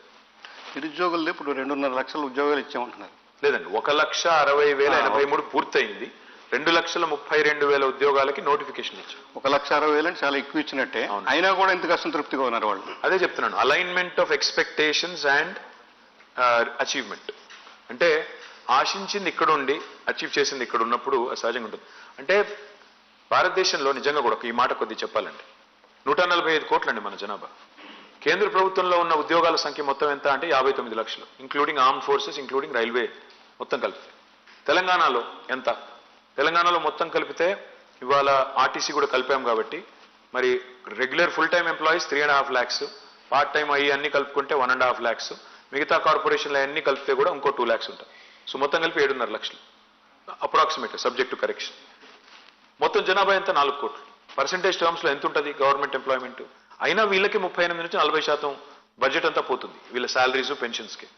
పాయింట్ ఏంటంటే ఇక్కడ ఫైన్ బ్యాలెన్స్ అనేది స్ట్రైక్ చేయకపోతే జనాభాలో ఎంతమంది గవర్నమెంట్లోకి వస్తారు. ఇంకొక మాట ఇక్కడ చెప్పాలి సార్, మీరు ఇవాళ ఉదయం చూశాను 40 లక్షల నిరుద్యోగుల ఆక్రోశం అది ఇదన్నారు. సార్ టీఎస్పీఎస్సీలో రిజిస్టర్ అయింది 30 లక్షలు మాత్రమే. ఒకటి, రిజిస్టర్ అయిన ప్రతి ఒక్కరు నిరుద్యోగి కాదండి. పార్ట్ టైం ఉద్యోగం చేస్తూ, ప్రైవేట్ ఉద్యోగం చేస్తూ, గవర్నమెంట్లో కూడా ఒక ఉద్యోగం చేస్తూ మరొక ఉద్యోగానికి అప్లై చేసుకునే వాళ్ళు కూడా ఉన్నారు. కాబట్టి రిజిస్టర్ అయిన ప్రతి ఒక్కరు నిరుద్యోగం తప్పు. మూడో పాయింట్, మేము గ్రూప్ 1 పెట్టాము. పెడితే మొదటిసారి వచ్చింది 3.5 లక్షలు, రెండోసారి కండక్ట్ చేస్తే వచ్చింది 2,30,000. గ్రూప్ 2, గ్రూప్ 3, గ్రూప్ 4 ఇంకా ఇతరత్ర ఎగ్జామ్లు అన్ని కలిపితే మొత్తం హాజరైన అభ్యర్థుల సంఖ్య 12 లక్షలు. అందులో యునీక్ ఎంతమంది అని తీస్తే 8 నుంచి 10 లక్షలు ఉంటారు. సో రాష్ట్రంలో నిరుద్యోగం మీద తారాస్థాయిలో ఎక్కడ లేనంత విజృంభిస్తుంది అనే మాట ఏదైతే చెప్తున్నారో అది అవాస్తవం. 10 నుంచి 12 లక్షలు టోటల్. అందులో పిల్లలకి ఎంతమందికి ఇప్పుడు దాదాపు 1,60,000 మందికి వచ్చిందంటే దాదాపు 10% వచ్చి 10 కాదు 15% మందికి వచ్చింది, which itself is high achievement. So మీరు పర్సెప్షన్ గురించి మాట్లాడినారు. So just want make an observation. ముఖ్యమంత్రి గారు అసెంబ్లీలో ఒక statement, very damaging statement which I felt as a journalist. Damaging to who? Damaging to people who see it. ఏంటంటే మేము ప్రభుత్వ ఉద్యోగాలు ఇవ్వలేము అనే ఒక, but that kind of statement, ప్రభుత్వ ఉద్యోగాలు ఇవ్వలేము అన్నారు, అందరికీ ఇవ్వలేము అనేది అందరికీ కాదు, ఇంటింటికి ఇవ్వలేము, ఇంటింటికి ఇవ్వలేము అది. సరే let me finish my question. So that, such a comment coming from a personality like KCR, the tall figure in Telangana, and of course the Chief Minister, don't you think it really damaged, and as you said, you were talking about perception. So that creates the perception that, this government has failed somewhere. So, but, maybe you don't. కాదండి, అంటే perception, వాస్తవాన్ని వాస్తవంగా చెప్పడానికి బేసిజం ఎందుకు? అదేంట perception create అయింది కదా. అది perception ఎందుకు క్రియేట్ అవుతుంది? నేనేమన్నా అంటే వాస్తవాన్ని వాస్తవంగా చెప్తే తప్పేంటి? కొన్ని సందర్భాల్లో రాజకీయంగా నేను అందుకే అన్నాను, స్థిరచిత్తం, దృఢచిత్తం, స్థిరమైన ఒక లక్షణం ఉండాలి నాయకుడికి. భయం ఎందుకు పడాలి? Okay. But do we have a database as to local youth employed in the IT sector which has created significant number of jobs? Is there any way we could have such a database? No, we don't. Actually, we don't have one, and I don't subscribe to that thought process also, because I think it's a regressive thought. In fact, what I do, what I have done. Saying just database. No, I'm not saying there should be a reservation or anything. My opposition has started it. Okay. My opposition and Congress, I think, has started saying 75% అది అనేది చెప్తున్నారు. నేనేమన్నా అంటే అది regressive thought. ఎందుకంటే హైదరాబాద్ విశ్వనగరం కావాలి అంటాం, మన పిల్లలు ఇవాళ అత్యధికంగా అమెరికాలో ఉద్యోగం చేస్తున్నారు, మరి మనం వేరే రాష్ట్రం వాడు రాకూడదు అని మాట్లాడేస్తుందో అది కరెక్ట్ కాదు. అంటే there are 2 choices in life. See, you can have a small pie and you can fight over it, or you can have a large pie and you can have a proportionate cut in it. So my philosophy is keep expanding, because ఎంత ఎక్కువ పెరిగితే అంత మంచిది. దానివల్ల అంత ఎక్కువ wealth create అవుతుంది స్టేట్కి, అంత ఎక్కువ ఇమేజ్ వస్తుంది స్టేట్కి, అంత ఎక్కువ ఇండస్ట్రీ వస్తుంది, అండ్ మోస్ట్ ఇంపార్టెంట్లీ ఆపర్చునిటీస్ కూడా పెరుగుతాయి. 10 ఆపర్చునిటీస్లో నీ ఇష్టం ఉన్నది ఎత్తుకో. But the most important thing our youth have to understand is, you have to skill, up skill and reskill. మన సెల్ ఫోనే నెలకి 3 సార్లు సాఫ్ట్వేర్ అప్డేట్ చేసుకుంటాం మనము. అలాంటిది మన స్కిల్ అప్డేట్ చేసుకోకపోతే ఎట్లా?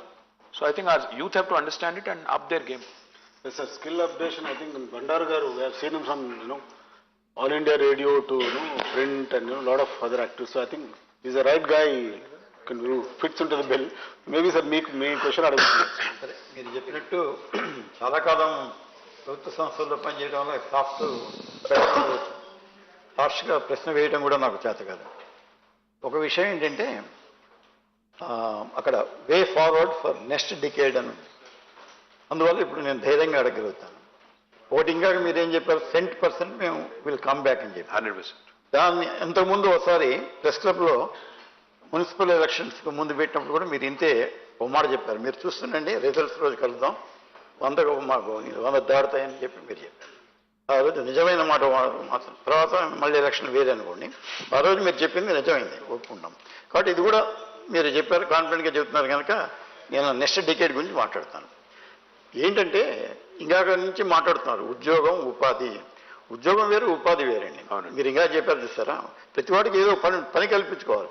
ఇవాళ మారిపోతుంది ప్రపంచం, ఎంత వేగంగా మారిపోతుందంటే ఏ వస్తుందనే విషయం. కాబట్టి దానికి తగ్గ ప్రణాళికలు కానీ ఏదైనా చేస్తే కరెక్ట్గా సూటబుల్గా ఉంటాయి. ఇప్పుడు ఏమవుతుందంటే అందరూ సాంప్రదాయం ఒకళ్ళు ఇస్తారు ఒక ఎన్నికల ప్రణాళికలు, దాంట్లో నుంచి 2 బేట వేసి ఇంకోటి పెడతాడు, అంతకుమించి కనపట్టలేదు.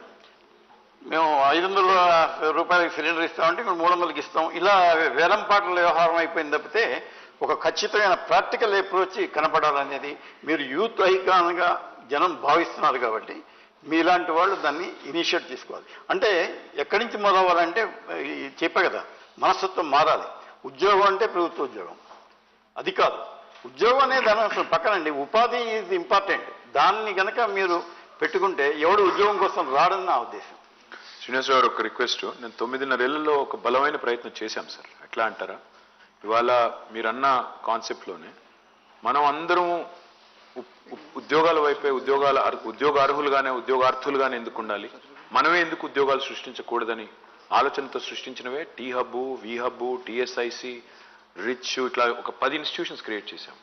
దానిలో ఇవాళ 100 మంది పిల్లలు, 1000 మంది పిల్లలు వాళ్ళ స్టార్టప్స్ కానీ ఇంకోటి కానీ వాళ్ళు ట్రై చేస్తూ ఉన్నారు. అది మీరు ఒకసారి దయచేసి ఒక్కసారి స్టడీ చేయండి, అధ్యయనం చేయండి. మీకు అందులో జరిగిన టీ వర్క్స్ ఇవన్నీ కూడా 100,000 స్టార్టప్స్ ఉన్నాయి అక్కడ, 1-2 కాదు. మీరు ఒకసారి దయచేసి అది చూడండి. రెండోదండి, నెక్స్ట్ టర్మ్లో, ఇన్ఫాక్ట్ లాస్ట్ టర్మ్లో స్టార్ట్ చేశాము, నెక్స్ట్ టర్మ్లో చేయాలనుకుంటున్న వాటిలో ఇంకొక ముఖ్యమైన మాట. ఒకటి, ఇప్పుడు పిల్లలు చదువుతున్నారు, కాలేజ్లో ఉన్నారు.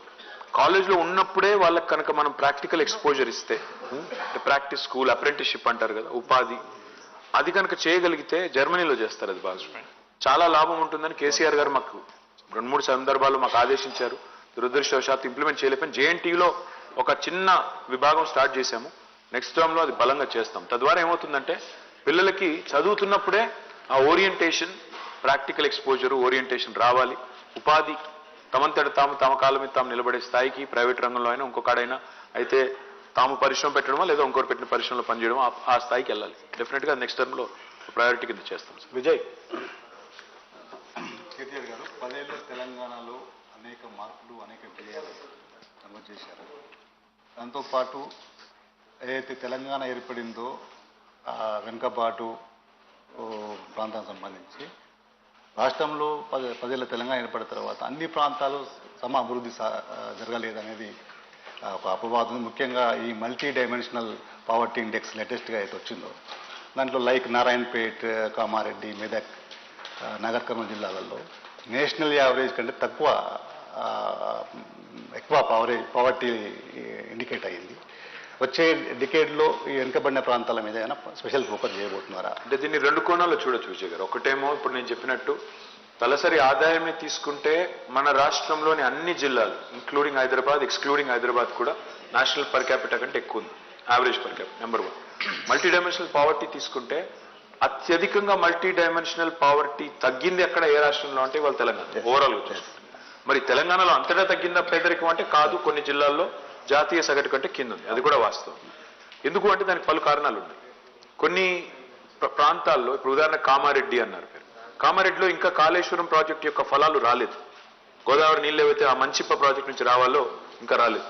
అవి వస్తే కామారెడ్డిలో కూడా సాగునీరు వస్తుంది, సాగునీరు వస్తే సాగునీరుతో సంపద వస్తుంది, సంపదతో ఆటోమేటిక్గా మరి ఆ పావర్టీ కూడా తగ్గుతుంది. నారాయణపేటలో కూడా పాలమూరు రంగారెడ్డి ఎత్తిపోతల పథకం ఇప్పుడు ఆన్ అయింది, పంప్ ఆన్ అయింది, ఫస్ట్ పంప్ హౌస్ నడుస్తూ ఉంది, అక్కడికి కూడా నీళ్ళు వస్తే ఆటోమేటిక్గా అడుగుపోతుంది. మీరు ఒక చరిత్రలో చూస్తే జగిత్యాలలో నక్సలిజం బలంగా ఉండేది. In fact I think Muppalla Lakshmanarao గారిది కూడా బీర్కూర అక్కడే ఉంటుంది జగిత్యాల. మీరు చూస్తే ఎప్పుడైతే శ్రీరామ్ సాగర్ నీళ్లు రావడం మొదలైందో, కమాండ్ ఏరియా అయిందో, అప్పటి నుంచే మీరు చూస్తే మెల్లిమెల్లిగా you have seen that people started getting engaged.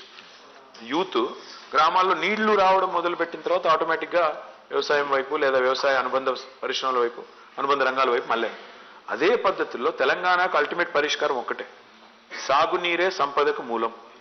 100% rural background తీసుకుంటే మాత్రం నారాయణపేట కావచ్చు, కామారెడ్డి కావచ్చు, మీరు చెప్పిన నాగర్కర్నూలు కావచ్చు, పాలమూరు రంగారెడ్డి అండ్ కాళేశ్వరం, ఈ 2 సొల్యూషన్స్ పరిపూర్ణం అయిపోతే ఒక్కటంటే ఒక్క జిల్లా, ఒక్కటంటే ఒక్క నియోజకవర్గం కూడా మల్టీ డైమెన్షనల్ పావర్టీలో ఉండదు, ఆ ఇండెక్స్లోనే ఉండదు. అది వాస్తవం. ఇంకో కంటిన్యూషన్ ఏంటి సార్ అంటే ఈ ప్రాంతాలు సిరిసిల్ల, సిద్దిపేట, గజ్వేల్తో పోటీ పడలేక ఇన్ఫ్రాస్ట్రక్చర్లో కొంత నేను ఒకటి మాత్రం పార్షియాలిటీ ఉన్నది అనేది ఒకటి ఒప్పుకుంటాను. ఏంటంటే ఇవాళ ఏ ప్రోగ్రాం పెట్టినా తెలంగాణలో యూనిఫామ్గానే తీసుకున్నాం. నిజానికి మిషన్ కాకతీయ అంతటా తీసాము, మిషన్ భగీరథ్ అంతటా చేసినాము, మార్కెట్లు కడితే అంతటా కట్టాము, రోడ్లు వేస్తే అంతటా చేసాము, అట్లా వివక్ష చూపెట్టలేదు. బట్ కొన్ని చోట్ల విఐపి కాన్స్టిట్యున్సీలో కొంత ఎక్కువ జరిగిండొచ్చు. కానీ మీరు ఒక రిక్వెస్ట్, మీరు కూడా ఏంటంటే మీడియాలో హరీష్ రావు గారు, నేను, కేసీఆర్ గారు ఉంటే కొద్దిగా ఎక్కువ స్పేస్ ఇచ్చి ఎక్కువ చూపెడతారు కాబట్టి అదో చిన్న బాధ. అంటే ఒక రకం మంచిది, ఒక రకంగా చెడ్డది అనుకోండి, మాకు ఐ కాంట్ కంప్లైన్. నిజంగా ఇప్పుడు మీరు కావాలంటే వనపర్తి చూడండి, సూర్యాపేట చూడండి, బాన్స్వాడ చూడండి, ఆదిలాబాద్ చూడండి, నల్లగొండ చూడండి. నల్లగొండ మీ ఊరు కదా, నల్లగొండలోనే మీరు ఇన్ని రోజులు పనిచేశారు. అప్పుడు నల్లగొండ ఎట్లా మారింది? ఇవాళ నేను కరీంనగర్, నిజామాబాద్, మహబూబ్ నగర్, ఖమ్మం, ఒక్కటి కాదు ఏ పట్టణం అన్న తీసుకోండి తెలంగాణలో. అందుకే మేము ఆ క్యాంపెయిన్ లాంచ్ చేసింది. శ్రీరామ్ అడిగింది ఎట్లుండే తెలంగాణ, ఎట్లయింది తెలంగాణ, ఆయనకు ఉద్దేశం ఏంటంటే టు ఇన్వోక్ ప్రైడ్, ఎట్లా మారింది చూడు తెలంగాణ, ఎంత బాగా ఎదిగింది అని చెప్పడానికి. సో డెఫినెట్గా ప్రోగ్రెస్ అంతటా ఉంది. విఐపి కాన్స్టిట్యున్సీలో ఒక రవ్వ ఎక్కువ ఉండొచ్చు, నేను కాదు. శ్రీనివాస్ గారు నెక్స్ట్ క్వశ్చన్. ఆయన టీ కూడా దానిట్లేదు. మళ్ళీ పర్సెప్షన్స్ గురించి మాట్లాడుతున్నాం సార్. అది పర్సీవ్డ్ థింగ్సా, లేకపోతే వాళ్ళలో ఉండే అపోహలా, లేకపోతే నిజంగానే డెఫిషియన్సీ అనేది పక్కన పెడితే ఒక మేజర్ ఎలిమెంట్ ప్రజల్లో ఇవాళ కనిపిస్తున్న కొద్దిపాటి అసంతృప్తికి, కొద్దిపాటి ఎంతో వాట్ ఎవర్ ఇట్ ఈస్ మన 10 రోజులు తెలుస్తుంది, ఆ అసంతృప్తికి సంబంధించిన కీలకాన్ని మీరు గుర్తుపట్టలేదేమో అనిపిస్తుంది. ఏంటంటే తెలంగాణ ఓటరు అందరికీ యాట్రిబ్యూట్ చేయట్లేదు, ఎవరైతే అసంతృప్తిగా ఉన్నారో వాళ్ళు ఓటరు చాలా హర్ట్ అయి ఉన్నాడు కొన్ని విషయాల్లో. నాట్ మీరు ఉద్యోగాలు ఇవ్వలేదని కాదు, ఉద్యోగాలు ఇవ్వని సిచ్యువేషన్ని మీరు హ్యాండిల్ చేసిన పద్ధతికి, వాళ్ళను ఖాతరు చేయని పద్ధతికి, లేదంటే కొన్ని విషయాల్లో ప్రభుత్వానికి ప్రజలకు మధ్య ఉండవలసినటువంటి అప్రోచ్ సరిగా లేకపోవటం వల్ల కొన్ని ప్రజలు ఏదైనా అడిగితే వెంటనే దాన్ని డినై చేస్తూ ఉండటం, ఇటువంటి ఒక యాటిట్యూడ్ వల్ల ప్రభుత్వం నుంచి ఉంచే ఒక యాటిట్యూడ్ వల్ల స్పెసిఫిక్ ఎగ్జాంపుల్ చెప్పండి. ఫర్ ఎగ్జాంపుల్ అండి, ఆడవాళ్లకు ప్రాతినిధ్యం ఉండాలి క్యాబినెట్లో అనేది ఫస్ట్ టర్మ్ అంతా కూడా దానికి ఎటువంటి ఎన్నిసార్లు ఎంతమంది నుంచి వచ్చినప్పటికీ దానికి ఏమీ రెస్పాన్స్ రాలేదు. కోర్టు చెప్పే వరకు కూడా మహిళా కమిషన్ అధ్యక్షురాలని కూడా నియమించలేదు కదా. తర్వాత కూడా వేరే పార్టీ నుంచి తీసుకొచ్చిన వాళ్ళని తీసుకొచ్చి మంత్రిని చేశారు. ఓకే, ఇటువంటివి ఈ నిరుద్యోగ సమస్య వచ్చేటప్పుడు కూడా మీరు ఏదో ఒక చర్య తీసుకుని ఉండొచ్చు సింబాలిక్గా. అంటే పబ్లిక్ సర్వీస్ కమిషన్ మీదే యాక్షన్ తీసుకోవడం సాధ్యం కాకపోవచ్చు టెక్నికల్ రీజన్స్ వల్ల, కానీ మేము ఉన్నాం మీ వైపున, మేము వీఆర్ విత్ అన్ఎంప్లాయిడ్ అని చెప్పడానికి. అట్లా ప్రజల నుంచి ఏదైనా ఒక విషయం మీద డిమాండ్ వచ్చినప్పుడు దాన్ని ఓన్ చేసుకొని వాళ్ళ తరఫున మాట్లాడటం కాకుండా అదేదో ప్రత్యర్థిలో ప్రతిపక్షం వాళ్ళు చేస్తున్నట్టుగా, అట్లాగే ధర్నా చౌక్ విషయంలో కూడా చూసాం కదా, 100 రోజులు చేస్తే కానీ చివరికి ఆ సమస్య పరిష్కారం కాలేదు. ప్రజలు ఒక చోట ఆందోళన చేయడానికి ఒక ప్లేస్ కావాలంటే ఇటువంటి ఈ యాటిట్యూడ్ కూడా వల్ల ప్రజల్లో హర్ట్ ఫీలింగ్ ఉందేమో.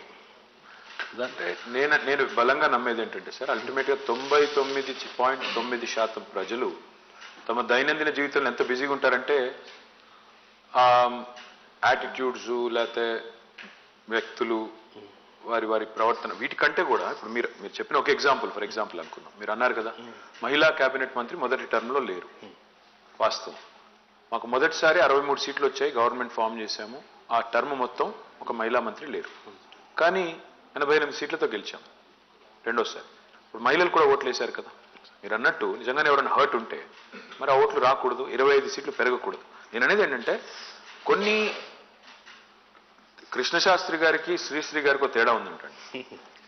శ్రీశ్రీ గారేమో ప్రపంచం బాధ నా బాధ అనుకునేదంట, కృష్ణశాస్త్రి గారేమో నా బాధ ప్రపంచం బాధ అనుకునేదట.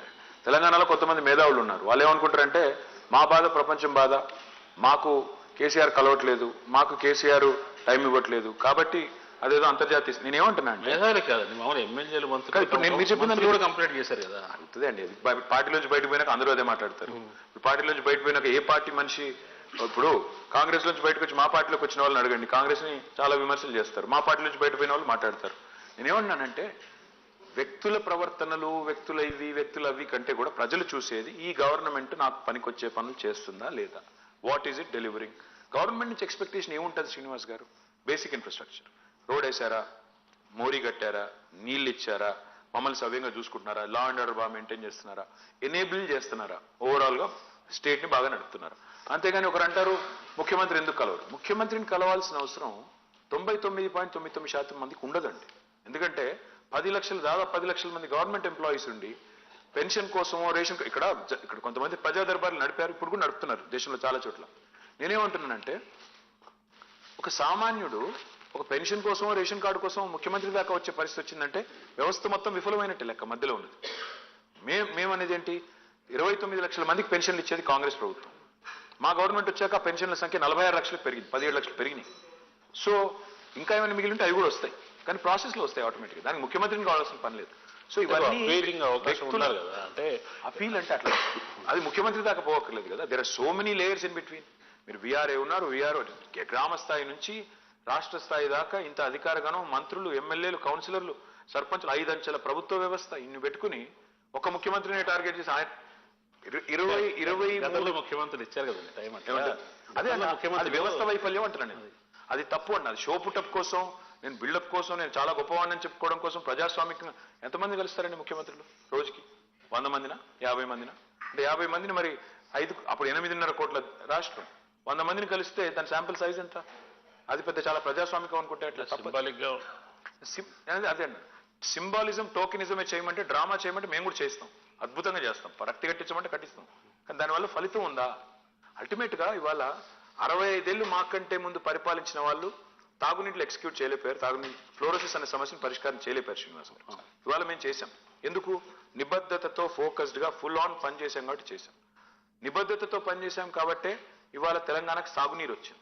నిబద్ధతతో పనిచేశాం కాబట్టి తెలంగాణలో ఇంత సంపద సృష్టించబడింది. కాబట్టి మా ఫోకస్ ఏమో ఇంత ప్యాషనేట్ గా సంపాదించుకున్న ఈ స్టేట్ లో అసలు బేసిక్ ఇష్యూస్ ఏంటి, ప్రజలకు సంబంధించిన ఇష్యూస్ ఏంటి, జనబాహుల్యానికి ఎట్లా లాభం జరగాలని మేము చూసాం. సరే, అందులో కొంతమంది ప్రైడ్, ఈగో హర్ట్ అయ్యిండొచ్చు, నేను కాదనట్లేదు, కానీ అది పెద్ద అవరోధంగా మారుతుంది ఎన్నికల్లో అనుకు మాత్రం నేను అనుకోనండి. వాస్తవం. Sriram. So, when you meet people, when people meet you, common people, voters, they take a selfie with you. It will not help them in any way enhance their delivery. The truth is, more than the delivery you do, there's an emotional bond that gets attached. So how many people can you meet? Symbolism, tokenism cannot be about posturing, cannot just be about political dividends all the time, Sriram. Because end of the day, a chief minister or a minister or a legislator. See, people have forgotten the definition of MLA. MLA is a member of Legislative Assembly. He's supposed to be passing legislations. What are the MLAs doing in our country now? ఏం చేస్తున్నారు? వాళ్ళందరూ councillor చేయాల్సిన పని, సర్పంచ్ చేయాల్సిన పని కూడా చేస్తున్నారు. ప్రధానమంత్రులు కూడా పెన్షన్లు ఇచ్చుకుంటూ తిరిగితే నేనేమన్నా అంటే దట్స్ నాట్ రైట్. ఇప్పుడు ప్రధానమంత్రి గారు వెళ్ళి ప్రతి ఊర్లో జెండాలు ఊపుతున్నారు. అదే స్టేషన్ మాస్టర్ కూడా చేయొచ్చు, లేదా లోకల్ ఎంపీ కూడా చేయొచ్చు. షో పుటప్ కి, బిల్డప్ కి చేయాలనుకుంటే చాలా చేయొచ్చు Sriram.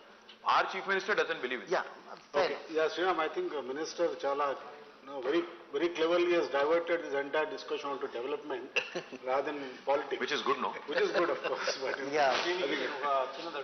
Sir, but Ram, please. ఒకటి దీని కంటిన్యూషన్ Srinath, ఒక్క నిమిషం, sir. అన్నారు. అఫోర్డబిలిటీ ఓకే జస్ట్ నేను కూడా నా దాని మీద అడుగుతాను. How important and how much weightage will development have the day November 30th?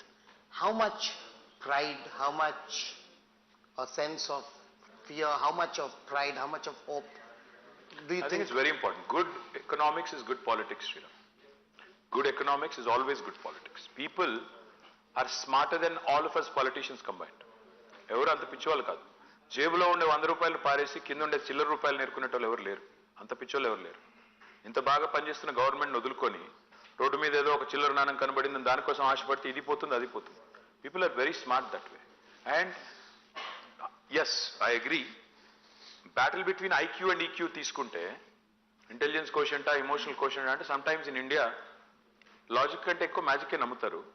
కాకపోతే నాకున్న విశ్వాసం ఏంటంటే అల్టిమేట్గా ప్రజలు they can see through the design, see through the negative propaganda, see through lot of posturing, and eventually we'll pick the right party and right candidate. So I think let's get into, from development, let's get into politics, because that is what is all about for the next 5 days and November 30th. Sorry, yeah, Narasimharao. Political question okati. Ante development question chaala. I hijack chestunaru. Political chaala, only he is selling his state, his party, not his state, not our state, of course. So let's get into politics, sir. BJP anedi oka pedda samstha, I mean it's ruling the country. And చాలా మందిలో ఈ perception కింది వరకు వెళ్ళిపోయింది. మీరు ఎంత చెప్పినా చాలా మంది నమ్మట్లేదు అనేది మా feedback. BJP and BRS are together అంటే I don't want answers like Congress arrest చేస్తలేరు అది చేస్తలేదు ఇది కాదు. బట్ నిజంగా చెప్పండి, ఈ పర్సెప్షన్ రావడానికి కారణం ఏంది? BJP and BRS together, it is not just because you support bails or something like that. There is a deeper understanding between BJP and BRS is the feeling of people. Do you agree or deny? Of course I deny. And secondly, మా history కూడా తెలవాలి. ఇప్పుడు కేసీఆర్ గారు రాజకీయాల్లోకి వచ్చింది 1978 ఆ ప్రాంతం. దాదాపు I don't know the math ఎంత, ఇప్పుడు 45 ఏళ్ళు 45 ఇయర్స్ అయిపోయింది. 45 ఏళ్ల కేసీఆర్ గారి వ్యక్తిగత రాజకీయ జీవితం తీసుకున్నా, లేదా 23 years of TRS and now BRS history తీసుకున్నా, ఏ రోజు కూడా ఏ ఒక్క లోకల్ బాడీ ఎలక్షన్లో కూడా మేము బీజేపీతో పొరపాటును కూడా అలైన్ అవ్వలేదు వాళ్ళ ఐడియాలజీతో. ఈ 45 ఏళ్ళు ప్లస్ 23 ఏళ్ళు మేము ఇప్పుడు Modi and KCR. I'm coming so 23 years తీసుకుంటే మా పార్టీ పెట్టిన తర్వాత this is our 5th general election, 5వ జనరల్ ఎలక్షన్, సార్వత్రిక ఎన్నిక.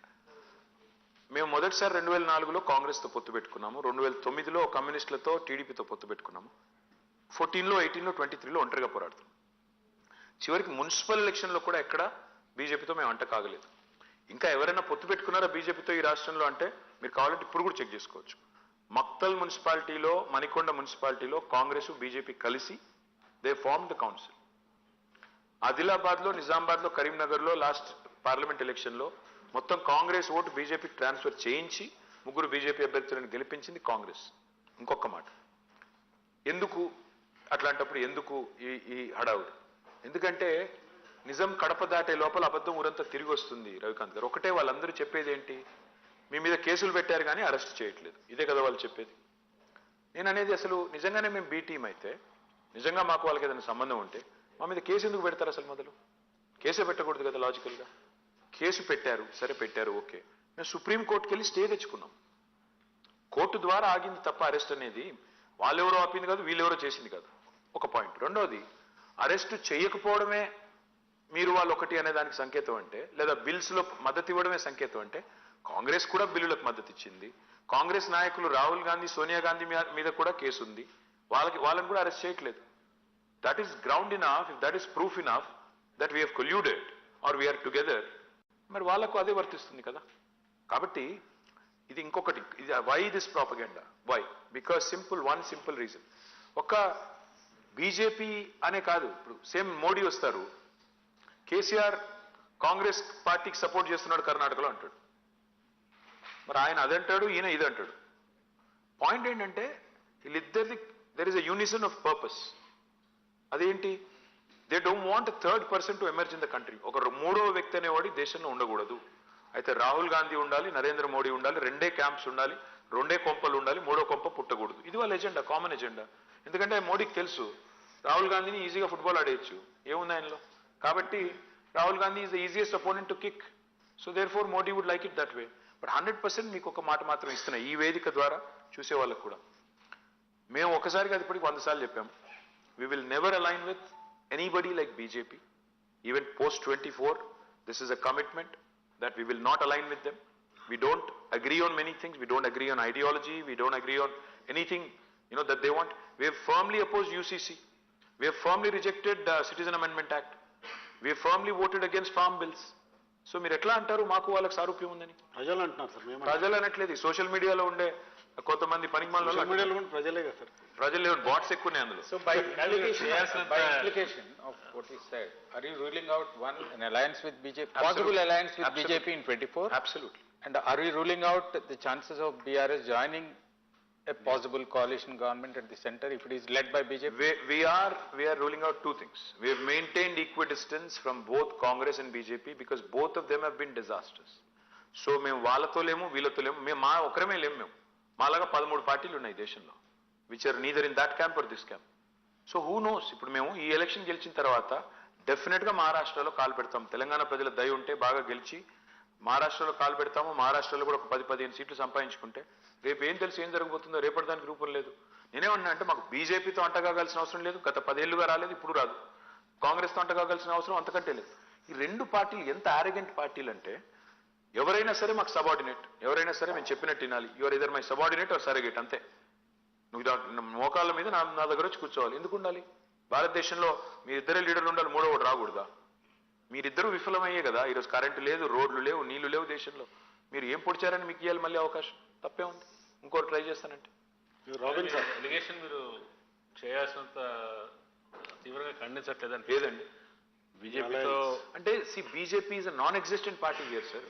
ప్రాబ్లం ఏంటంటే ఎన్నిసార్లు చెప్పినా ఇప్పుడు ఏమవుతుంది నిజంగా శ్రీనివాస్ గారు, ఇది పాజిటివ్ ఎంత మాట్లాడినా పోదు. అదే నేను ఇప్పుడు మోడీని పట్టుకుని బండబూతులు తిడితే తెల్లారి పతాక శీర్షికలో ఉంటుంది. మోడీని పట్టుకుని బూతులు తిట్టాను అనుకోండి, పతాక శీర్షికలు. మోడీ మాకు విభేదం ఉంది, సైద్ధాంతిక విభేదం ఉంది, ఆయనతో పడదు, మేము ఆయనతో పొత్తు పెట్టుకోము అని ఎంత గొప్పగా చెప్పినా మీరు రాయరు. అంటే మీరు కాదు, రాయరు. అదంతే, అది nature of news. Robin So the bigger question is that I can understand that you don't want to align with the Congress and the BJP. Or the BJP. Or and the BJP is also right. This Congress and BJP At the same time, you can't deny the fact that the regional parties too have now aligned themselves this way or that. The ones that you also wanted to align with. Robin, I'll tell you what, it's a funny thing. See, Rahul Gandhi goes to Calcutta, calls BJP, Didi, Mamata Banerjee, the B team of BJP. Then goes to Delhi. He calls Arvind Kejriwal, the BJP's B team, and now he conveniently associates with both of them. Now you go figure. Who's B team and kya hai? मैं क्या बोल रहा हूँ? ये जो alliance, temporary marriages of convenience, this is not what India is looking for, honestly. I think India wants a truly, a true change to come about. And if Telangana has succeeded in doing several things in 9 years, why not Maharashtra? Why not some other state where we can make a foray and do something impactful? Nothing wrong in dreaming, no? Not to contradict you, but most of us here do remember the 2009 NDA rally immediately after the elections. Of course, we wanted Telangana, we went for it, yes. Yes. See, we wanted the entire political system of this country to support Telangana. Yes, we went to RSS headquarters. We aligned with everybody from RSS to RSU. Radical Students Union to RSS. మేము ముందే చెప్పాం శ్రీరామ్, కుష్టు రోగినైనా కౌగిలించుకుంటాం, బొంత పురుగునైనా ముద్దు పెట్టుకుంటాం తెలంగాణ కోసం అని చెప్పాం. బొంత పురుగుని కౌగిలించుకున్నాం, ముద్దు పెట్టుకున్నాం, కుష్టు రోగిని కూడా కౌగిలించుకున్నాం. ఆర్ఎస్ఎస్ హెడ్ క్వార్టర్ కూడా పోయాము, ఏఐసిసి హెడ్ క్వార్టర్ కూడా పోయాము. సో ఇందాక వాసు శ్రీరామ్ ఇద్దరు అడిగినట్టు మీ కుష్టు రోగినైనా ముద్దు పెట్టుకుంటా ఉన్నారు. కౌగిలించుకుంటాం ఇష్టం sir. If a political situation Telangana కోసం, obviously తెలంగాణ స్టేట్ కోసం మీరు అవుట్ ఆఫ్ కాంటెక్స్ట్ యూజ్ చేస్తే ఎట్లా? మేం చేయాల పని మీరు చేస్తారేంటి? Important question. ఆంధ్రప్రదేశ్, కర్ణాటకలో విపరీతమైన హామీలు ఇచ్చి దానికి మొత్తం డబ్బులన్నీ దాన్ని ఖర్చు పెడుతున్న డెవలప్మెంట్ ఆగిపోయింది. ఏపీలో మీరే చెప్తున్నారు రోడ్లు, తెలంగాణ రోడ్లు, ఆంధ్ర రోడ్లు. ఇక్కడ కూడా మీరు కాంగ్రెస్తో పోటీ పడి మీరు కూడా హామీలు ఇచ్చారు ఫస్ట్ టైం. ఇప్పుడు ఆల్రెడీ ఎంప్లాయీస్కే 1వ తారీఖు 2వ తారీఖు కూడా జీతాలు రావట్లేదు. ఇప్పుడు దీన్ని ఎలా మీరు ఇది చేయబోతున్నారు? సార్ ఇవాళ ఎంప్లాయీస్ జీతాల మాటకే వస్తే ఎంప్లాయీ జీతాలు కరోనా తర్వాత చాలా రాష్ట్రాల్లో అదే పరిస్థితి. ఈ హామీలు వచ్చిన తర్వాత దాన్ని ఎలాగే డెవలప్మెంట్ ఎలా చేయబోతున్నారు? మేము ఒక్కొక్క రూపాయి లెక్కేసుకుని మేము హామీలు ఇచ్చాం తప్ప మేము వాళ్ళలాగా నేను చూస్తా ఉన్నాను. ఈ మధ్యన కాంగ్రెస్ నాయకులను అడుగుతున్నారు. ఇప్పుడు మొన్న అడిగినట్టే మీరు కాంగ్రెస్ వాళ్ళని అడిగారు, మీ హామీలో మొత్తం విలువ ఎంతో తెలుసా అని అడిగారు. అడిగితే వాళ్ళు చాలా తెలివితేటలు ప్రదర్శించి అతి తెలివితేటలు ప్రదర్శించి ఏం చెప్తున్నారు, ఏముంది కేసీఆర్ కక్కిందంతా తిన్నదంతా కక్కిస్తాం కట్టేస్తాం. అసలు ఆ కాంగ్రెస్ పార్టీలో ఏ ఒక్కడికి ఏది తెలియదు వాస్తవం చెప్పాలంటే. ఎందుకంటారా, ఆ కాంగ్రెస్ హామీల విలువ ఏంటంటే సార్ వాళ్ళు ఉదయపూర్ డిక్లరేషన్ అని ఒకటి పాస్ చేశారు. ఏం చెప్పారు అందులో, సొంత పార్టీలో టికెట్ కేటాయింపుల గురించి పాస్ చేసింది ఉదయపూర్ డిక్లరేషన్. కుటుంబానికి ఒకటే టికెట్ అన్నారు. తెలంగాణలో ఎన్ని కుటుంబాల్లో ఎన్ని టికెట్లు ఇచ్చారు సార్? కోమటిరెడ్డి కుటుంబంలో 2, మైనంపల్లి కుటుంబంలో 2, గడ్డం వివేకు గడ్డం వెంకటస్వామి గారు, గడ్డం వినోద్ గారు, తర్వాత మన పద్మావతి గారు, ఉత్తమ్ కుమార్ రెడ్డి గారు.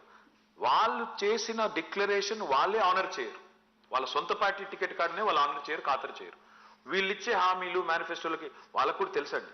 ఎట్లాగో అయ్యేది లేదు పోయేది లేదు, గాలికి పోయే పేలపిండి కృష్ణార్పణ నోటికి వచ్చిన వాగ్దానాలు ఇచ్చారు. అందులో లెక్క చూసుకోలేదు, పత్రం లేదు, ఏం లేదు.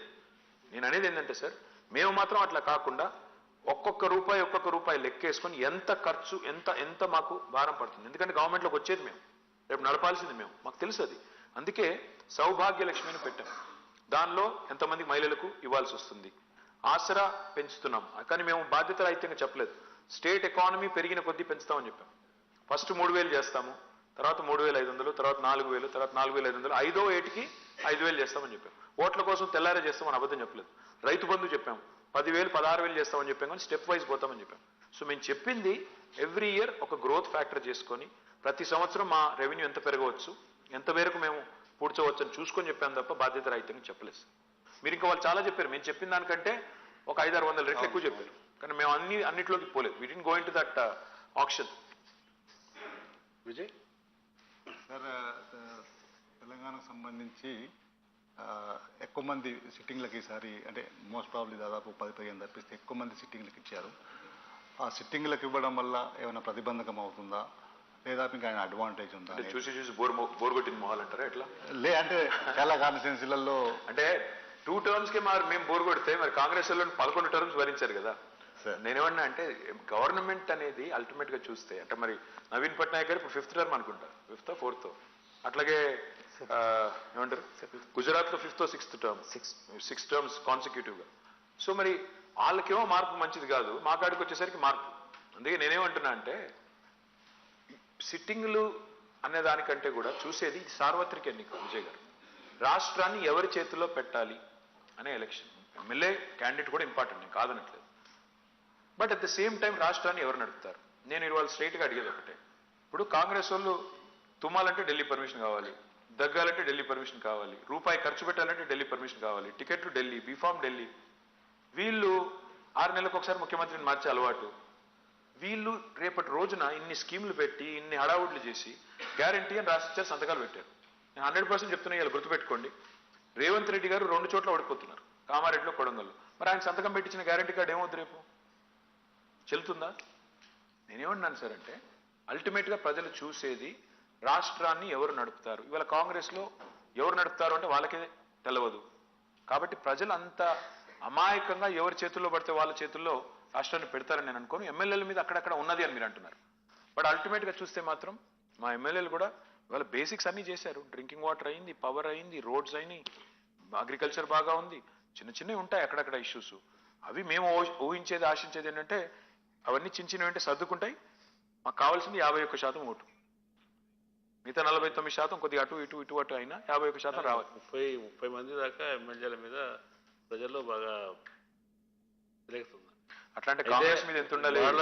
వాళ్ళని మీరు ఇంపోజ్ చేశారు అనే ఇందాక చెప్పిన హర్ట్ ఫీలింగ్లో అది కూడా ఒకటి. ఎందుకంటే ఏకపక్షంగా వాళ్ళని కనుక తీసేసి ఉంటే, అంటే మార్చి ఉంటే మీకు ఇప్పుడు ఉన్నంత టెన్షన్ ఉండేది కాదేమో. అంటే శ్రీనివాస్ గారు, ఆనెస్ట్లీ మరి 11 సార్లు మోసి కాంగ్రెస్ బోర్ కొట్టలేదంటారా జనాలకి? మనుషులు మారుతారా? మనుషులు మారినా సరుకు అదే కదా సార్. కొత్త సీసాలో పాత సార్ అదే సరుకు. సార్, ఇందాక మీరు గుజరాత్ గురించి మాట్లాడినారు. గుజరాత్లో బోర్ కొట్టలేదా జనాలు అంటే గుజరాత్లో 3-4 చీఫ్ మినిస్టర్స్ మారినారు సార్. తెలంగాణలో కూడా అటువంటి మారే అవకాశం ఏమైనా ఉందా ఈసారి? మా chief minister is in the pink of his health sir. అయినా కూడా మారొచ్చు కదా. అందుకే చెప్తున్నా, is in the pink of his health. బ్రహ్మాండంగా ఉన్నారు కాబట్టి ఆయనే ఉంటారు. అందులో మీకు అనుమానం వద్దు, నాకు అనుమానం వద్దు, ఎవరికి వద్దు. ఆయన సూటిగా అడగట్లేదు సార్. 1 year తర్వాత 2 years తర్వాత మీరు ఆ సీట్లోకి వచ్చే అవకాశం ఉందా? మీరు ముందు గెలిపించండి సార్. మీరు ముందు గెలిపించేస్తే, మీరందరూ కూడబలుకొని గెలిపించేస్తే ఆ తర్వాత మనం మళ్ళీ తిరిగి గేట్లో కూర్చొని మాట్లాడతాం. అంటే ఈ మధ్యన ఒక టాక్ వచ్చింది sir, maybe Rabin sahab, you can ask. So ఒక టాక్ జనరల్ గా వచ్చింది ఏంటంటే, హిందూ ఆఫీస్లో నేను హిందూ ఆఫీస్లో అనుకోండి, జర్నలిస్ట్ మధ్యలో ఒక 40 కాన్స్టిట్యున్సీస్ లో where KTR matters more than KCR అని. సో కేటీఆర్ ను ముఖ్యమంత్రిగా చేస్తే, అభ్యర్థిగా ప్రకటిస్తే ఈసారి 3వ టర్మ్ మీరు ఎక్కడో ఏదో గొడవ పెట్టే పనిలో ఉన్నారు. మీరు ఏదో గొడవ పెట్టే పనిలో ఉన్నారు. నాకు అట్లాంటి ఐల్ బి ఆనెస్ట్. లేదు సార్, ప్రజలు నాకు కాదు, ఐల్ బి ఆనెస్ట్. జీవితంలో ఎన్నడూ మంత్రి అవుతానని కూడా కలలో అనుకోలేదు. నేను కలలో కూడా అనుకోలేదు. 2014లో నిజంగా సిచ్యువేషన్ ఏంటంటే, I told my wife I'm retiring from politics. ఏ రోజైతే ఆయన కేసీఆర్ గారు కాంగ్రెస్లో పార్టీని కలిపేద్దామని, విలీనం చేద్దామని డిసైడ్ చేశారో, ఐ టోల్డ్ మై వైఫ్, నాకు ఈ పార్టీ అంటే అసహ్యం, నేను ఉండలేను, ఇమ్మడలేను, నా వల్ల కాదు. అయినా వచ్చింది తెలంగాణ వస్తే చాలనుకుని వచ్చాము, చాలు, ఈ జీవితానికి చాలు, రిటైర్ అనుకుని ఆ ఇంట్లో అడుగు పెట్టేవారు, సోనియా గాంధీ ఇంట్లో. మా అదృష్టం ఏంటంటే సోనియా గాంధీ గారు మొత్తానికి ఎందుకో కానీ ఆ విలీన ప్రతిపాదన అది సరిగా హ్యాండిల్ చేయలేదు, మొత్తానికి మా నెత్తిన పాల్గొశారు. సో అనుకోకుండా మంత్రి అయ్యాను నేను. మంత్రికి పదవి ఇచ్చేటప్పుడు కూడా నేను సీఎం గారు పిలిచి ఇస్తున్నాను అంటే నేను చెప్పాను, సార్ వద్దేమో, ఎందుకంటే మిమ్మల్ని అంటారు, కుటుంబ పాలన అంటారు, మిమ్మల్ని తిడతారు, మీ క్యాబినెట్లో నేను ఎందుకు సార్, మీరు ఉంటే చాలు కదా అని అన్నాను. అంటే ఆయన ఆ రోజు ఒక మాట చెప్పారు నాకు. ఏమన్నారంటే, ఈ రోజు కాదు, నీకు 10 ఏళ్ల తర్వాత నిన్ను మంత్రిని చేసిన, సీనియర్ ఎమ్మెల్యే అయిన తర్వాత మంత్రి చేసిన ఇదే మాట అంటారు, ఇదే తిట్లు తిడతారు.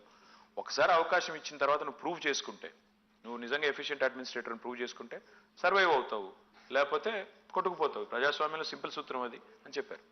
So I accepted. And now మీరే అంటున్నారు మీకు ఆఫీస్లో టాక్ అని. నేనేమంటున్నా అంటే, జర్నలిస్ట్ మధ్యలో టాక్. అదే సార్, నేనేమంటున్నా అంటే, నాకు I have no such illusions about myself. నేను చూసేది ఏంటంటే, ఇదంతా నాకు బోనస్ పీరియడ్. ఈ 9.5 ఏళ్ళ బోనస్. దీనికంటే ఇంకేదో కావాలని ఆశపడడం అత్యాశ అవుతుంది, దురాశ అవుతుంది. నాకు అట్లాంటి ఆశ లేదు. CM I'm very happy. No I'm honestly telling you, next time నాకు మంత్రి పదవి ఇవ్వకపోయినా ఒక ఎమ్మెల్యేగా పనిచేయమన్నా, పార్టీకి వెళ్ళి పనిచేయమన్నా చేస్తాను. అంతే తప్ప నాకు సీఎంలు పిఎంలు అట్లాంటి ఆశలు అంబిషన్లు ఏమీ లేవు. సుఖంగా ఎక్కడున్న, ఇప్పుడు మా పార్టీ గెలవాలి, అదొకటే కోరిక, ప్రజలు బాగుండాలి, అదొకటే కోరిక. బండారు గారు ఒకటి ఇంకాక ఒక మాట చెప్పారు, రాజకీయాల్లో పాజిటివ్ యాటిట్యూడ్ ఉంటే ప్రామినెన్స్ దొరకదు, మీడియా దొరకదండి. పాజిటివ్ ప్రశ్నల పరిస్థితి కూడా అదే అని ఒకటి చెప్తానండి. ఇంకాక మీరు అంటే కొద్దిగా రివైండ్ చేస్తారు మరి వెనక్కి, ఎందుకంటే ఇప్పుడు సబ్జెక్ట్ వేరే. ఈ అవైలబిలిటీ యాక్సెసిబిలిటీ అని చెప్పారు కదా, సీఎం గారు ఎందుకు కలవరు జనాన్ని, అది ఇది అనే దాని మీద చర్చ జరిగింది కదా. ఒకటేంటంటే అవైలబిలిటీ అంటే పోయి కూర్చొని 10 to 5 కూర్చుంటారు, కానీ యాక్సెసిబిలిటీ ఉండదు. ఏం లాభం దానివల్ల అని ఒక వాదం ఉంది. దానివల్ల యాక్సెసిబిలిటీ ఈజ్ సంథింగ్ డిఫరెంట్. అంటే వాళ్ళు ఎవరైతే ఏ పని మీద వస్తారో ఆ పని జరగడం, అది పాజిటివ్గా తీసుకుంటే. నేను వచ్చిన నాగవల్లికో ప్రమీలో ఎవరో ఉందండి ఒక అమ్మాయి, ఒంగోలు నుంచి ఆ రోజు కరోనా టైంలో she came to Hyderabad for job, ఏదో ఇంటర్వ్యూ కోసం వచ్చింది. ఇది నేను ఫేస్బుక్లో చదివాను, అందుకే చదువుతున్నాను. She wrote it. అది ఏం రాసిందంటే, వచ్చిన తర్వాత మొత్తం ఇటు నుంచి అడిపోవడానికి అటు నుంచి ఇడిపోవడానికి అయిపోయింది, మొత్తం ఇక్కడ అంతా క్లోజ్ అయిపోయినాయి, అంతా గందరగోళ రకమైన భయంకరమైన బంద్ నడుస్తున్నది. ఆ టైంలో మీకు ఒక చిన్న ఇది పెట్టారు, ట్వీట్ పెడితే my team will assist you అని మీరు for that she satisfied.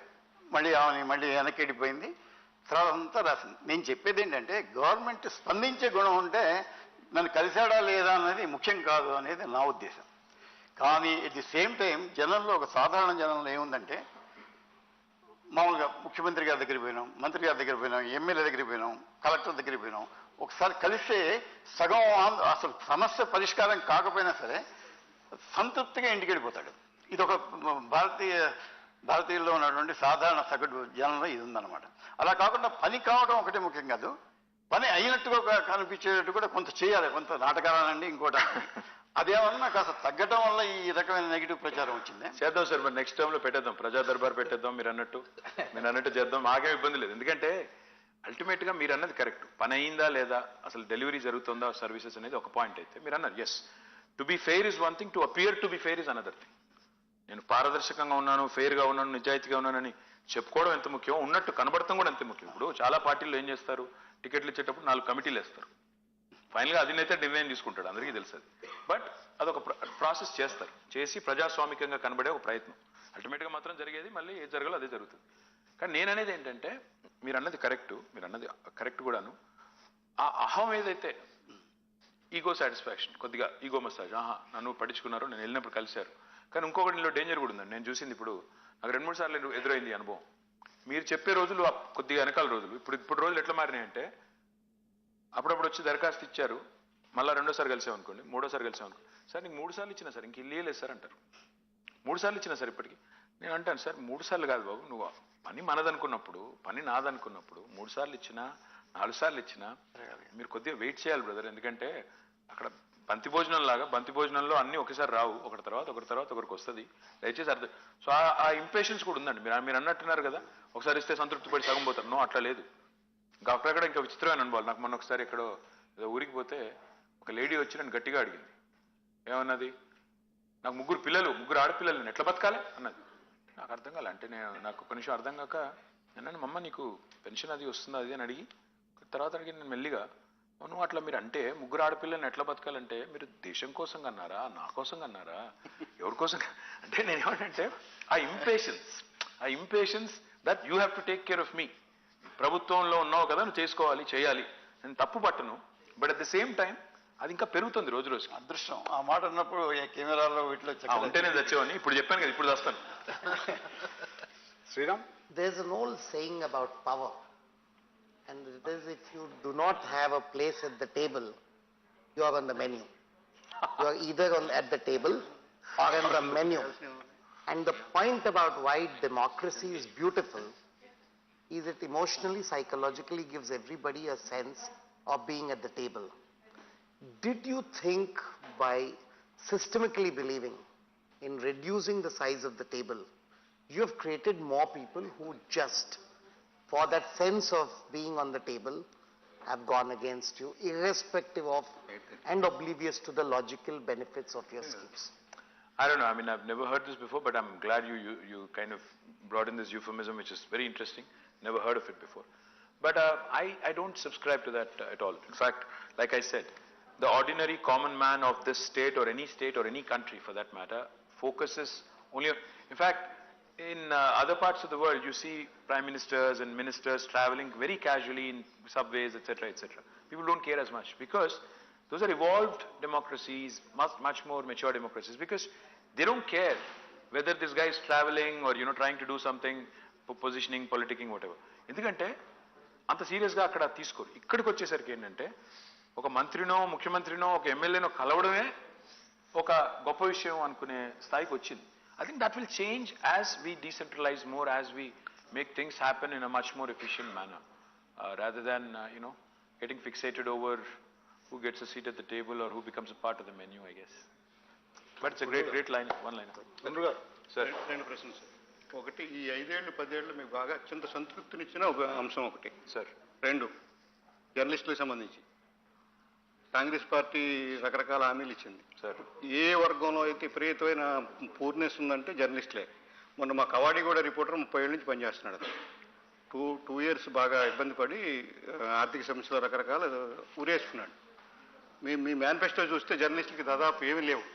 Congress వాళ్ళు మా పెన్షన్ ఇస్తామన్నారు, అది చేస్తాం, ఇది చేస్తున్నారు. మీరు వచ్చిన తర్వాత ప్రత్యేకంగా దీనికి ఏమైనా ప్రణాళిక ఉందా? నరసింహ గారు, 2వ క్వశ్చన్ మొదటి చెప్తాను నేను. జర్నలిస్టులకు మా మేనిఫెస్టోలో సీఎం గారు అనౌన్స్ చేసే రోజు చెప్పారు, హెల్త్ ఇన్సూరెన్స్ స్కీమ్ తెస్తామని చెప్పారు. దాంతోపాటు 2 BHK గురించి చెప్పారు. దాంతోపాటు సిలిండర్స్ గురించి కూడా చెప్పారు. చెప్పిన రోజు చెప్పారు. తర్వాత మీరు డెఫినెట్గా ఇంకా ఏం చేయొచ్చు అనేది కూడా ఆలోచించవచ్చు. ఎందుకంటే మేము మేనిఫెస్టోలో చెప్పని 100 పనులు చేశాం. మేనిఫెస్టోలో చెప్పినవి చేశాము, చెప్పనివి కూడా 100 పనులు చేశాం. మిషన్ కాకతీయ చెప్పలేదు, దళిత బంధు చెప్పలేదు, రైతు బంధు చెప్పలేదు, కళ్యాణ లక్ష్మి చెప్పలేదు, ఇవన్నీ చేశాం. మొదటి ప్రశ్న మీరు ఏదైతే అడిగారు మర్చిపోయింది. మీకు అత్యంత సంతృప్తి పర్సనల్గా సంతృప్తినిచ్చిన ప్రోగ్రామ్ నాకు బాగా గుర్తున్న సందర్భం 2009లో నేను మొదటిసారి ఎమ్మెల్యే గెలిచాను సార్. నేను రాజకీయాల్లోకి వచ్చి 17-18 ఏళ్ళే. One of the most vivid memories నాకు మనసులో నిలిచిపోయింది ఒకటి ఏంటంటే, అప్పుడు నాదెండ్ల మనోహర్ గారు స్పీకర్. అప్పుడు మమ్మల్ని అందరినీ ఒక బస్సులో తీసుకొని ఆయన ఈ మునుగోడు ప్రాంతానికి తీసుకెళ్ళారు. అందరం వెళ్ళాం. అప్పుడు గుత్తా సుఖేందర్ రెడ్డి గారు ఎంపీగా ఉన్నారు, రాజగోపాల్ రెడ్డి ఎంపీ అనుకుంటా. అప్పుడు అందరం ఒకటే బస్సులో వెళ్ళాం. ఆ ఖుదాబక్షపల్లి అనే ఊరు, అక్కడికి వెళ్ళిన తర్వాత ఆ మండలానికి వెళ్ళిన తర్వాత అక్కడ ఫ్లోరోసిస్ విక్టిమ్స్ని చూస్తే మనిషి అనే వాళ్ళు ఎవరైనా కరిగిపోతారు. వాళ్ళ బాధలు అలా చెప్తుంటే ఆ రోజు మేము ఎందుకు వెళ్ళామంటే అధ్యయనం కోసం వెళ్ళాం. ఫ్లోరోసిస్ అధ్యయనం కోసం స్పీకర్ గారి ఆధ్వర్యంలో పోయాం. ఆ రోజు నిజంగా కొంత లోపల మనసు గాయపడి ఎవరైనా మనిషి అనేవాడు బాధపడతాడు, నేను కూడా బాధపడ్డాను. అత్యంత సంతృప్తినిచ్చే విషయం ఏంటంటే తర్వాత మేము తెలంగాణ వచ్చిన తర్వాత నేను మంత్రి అయ్యాను, అది కూడా గ్రామీణ నీటి సరఫరా మంత్రి అయ్యాను.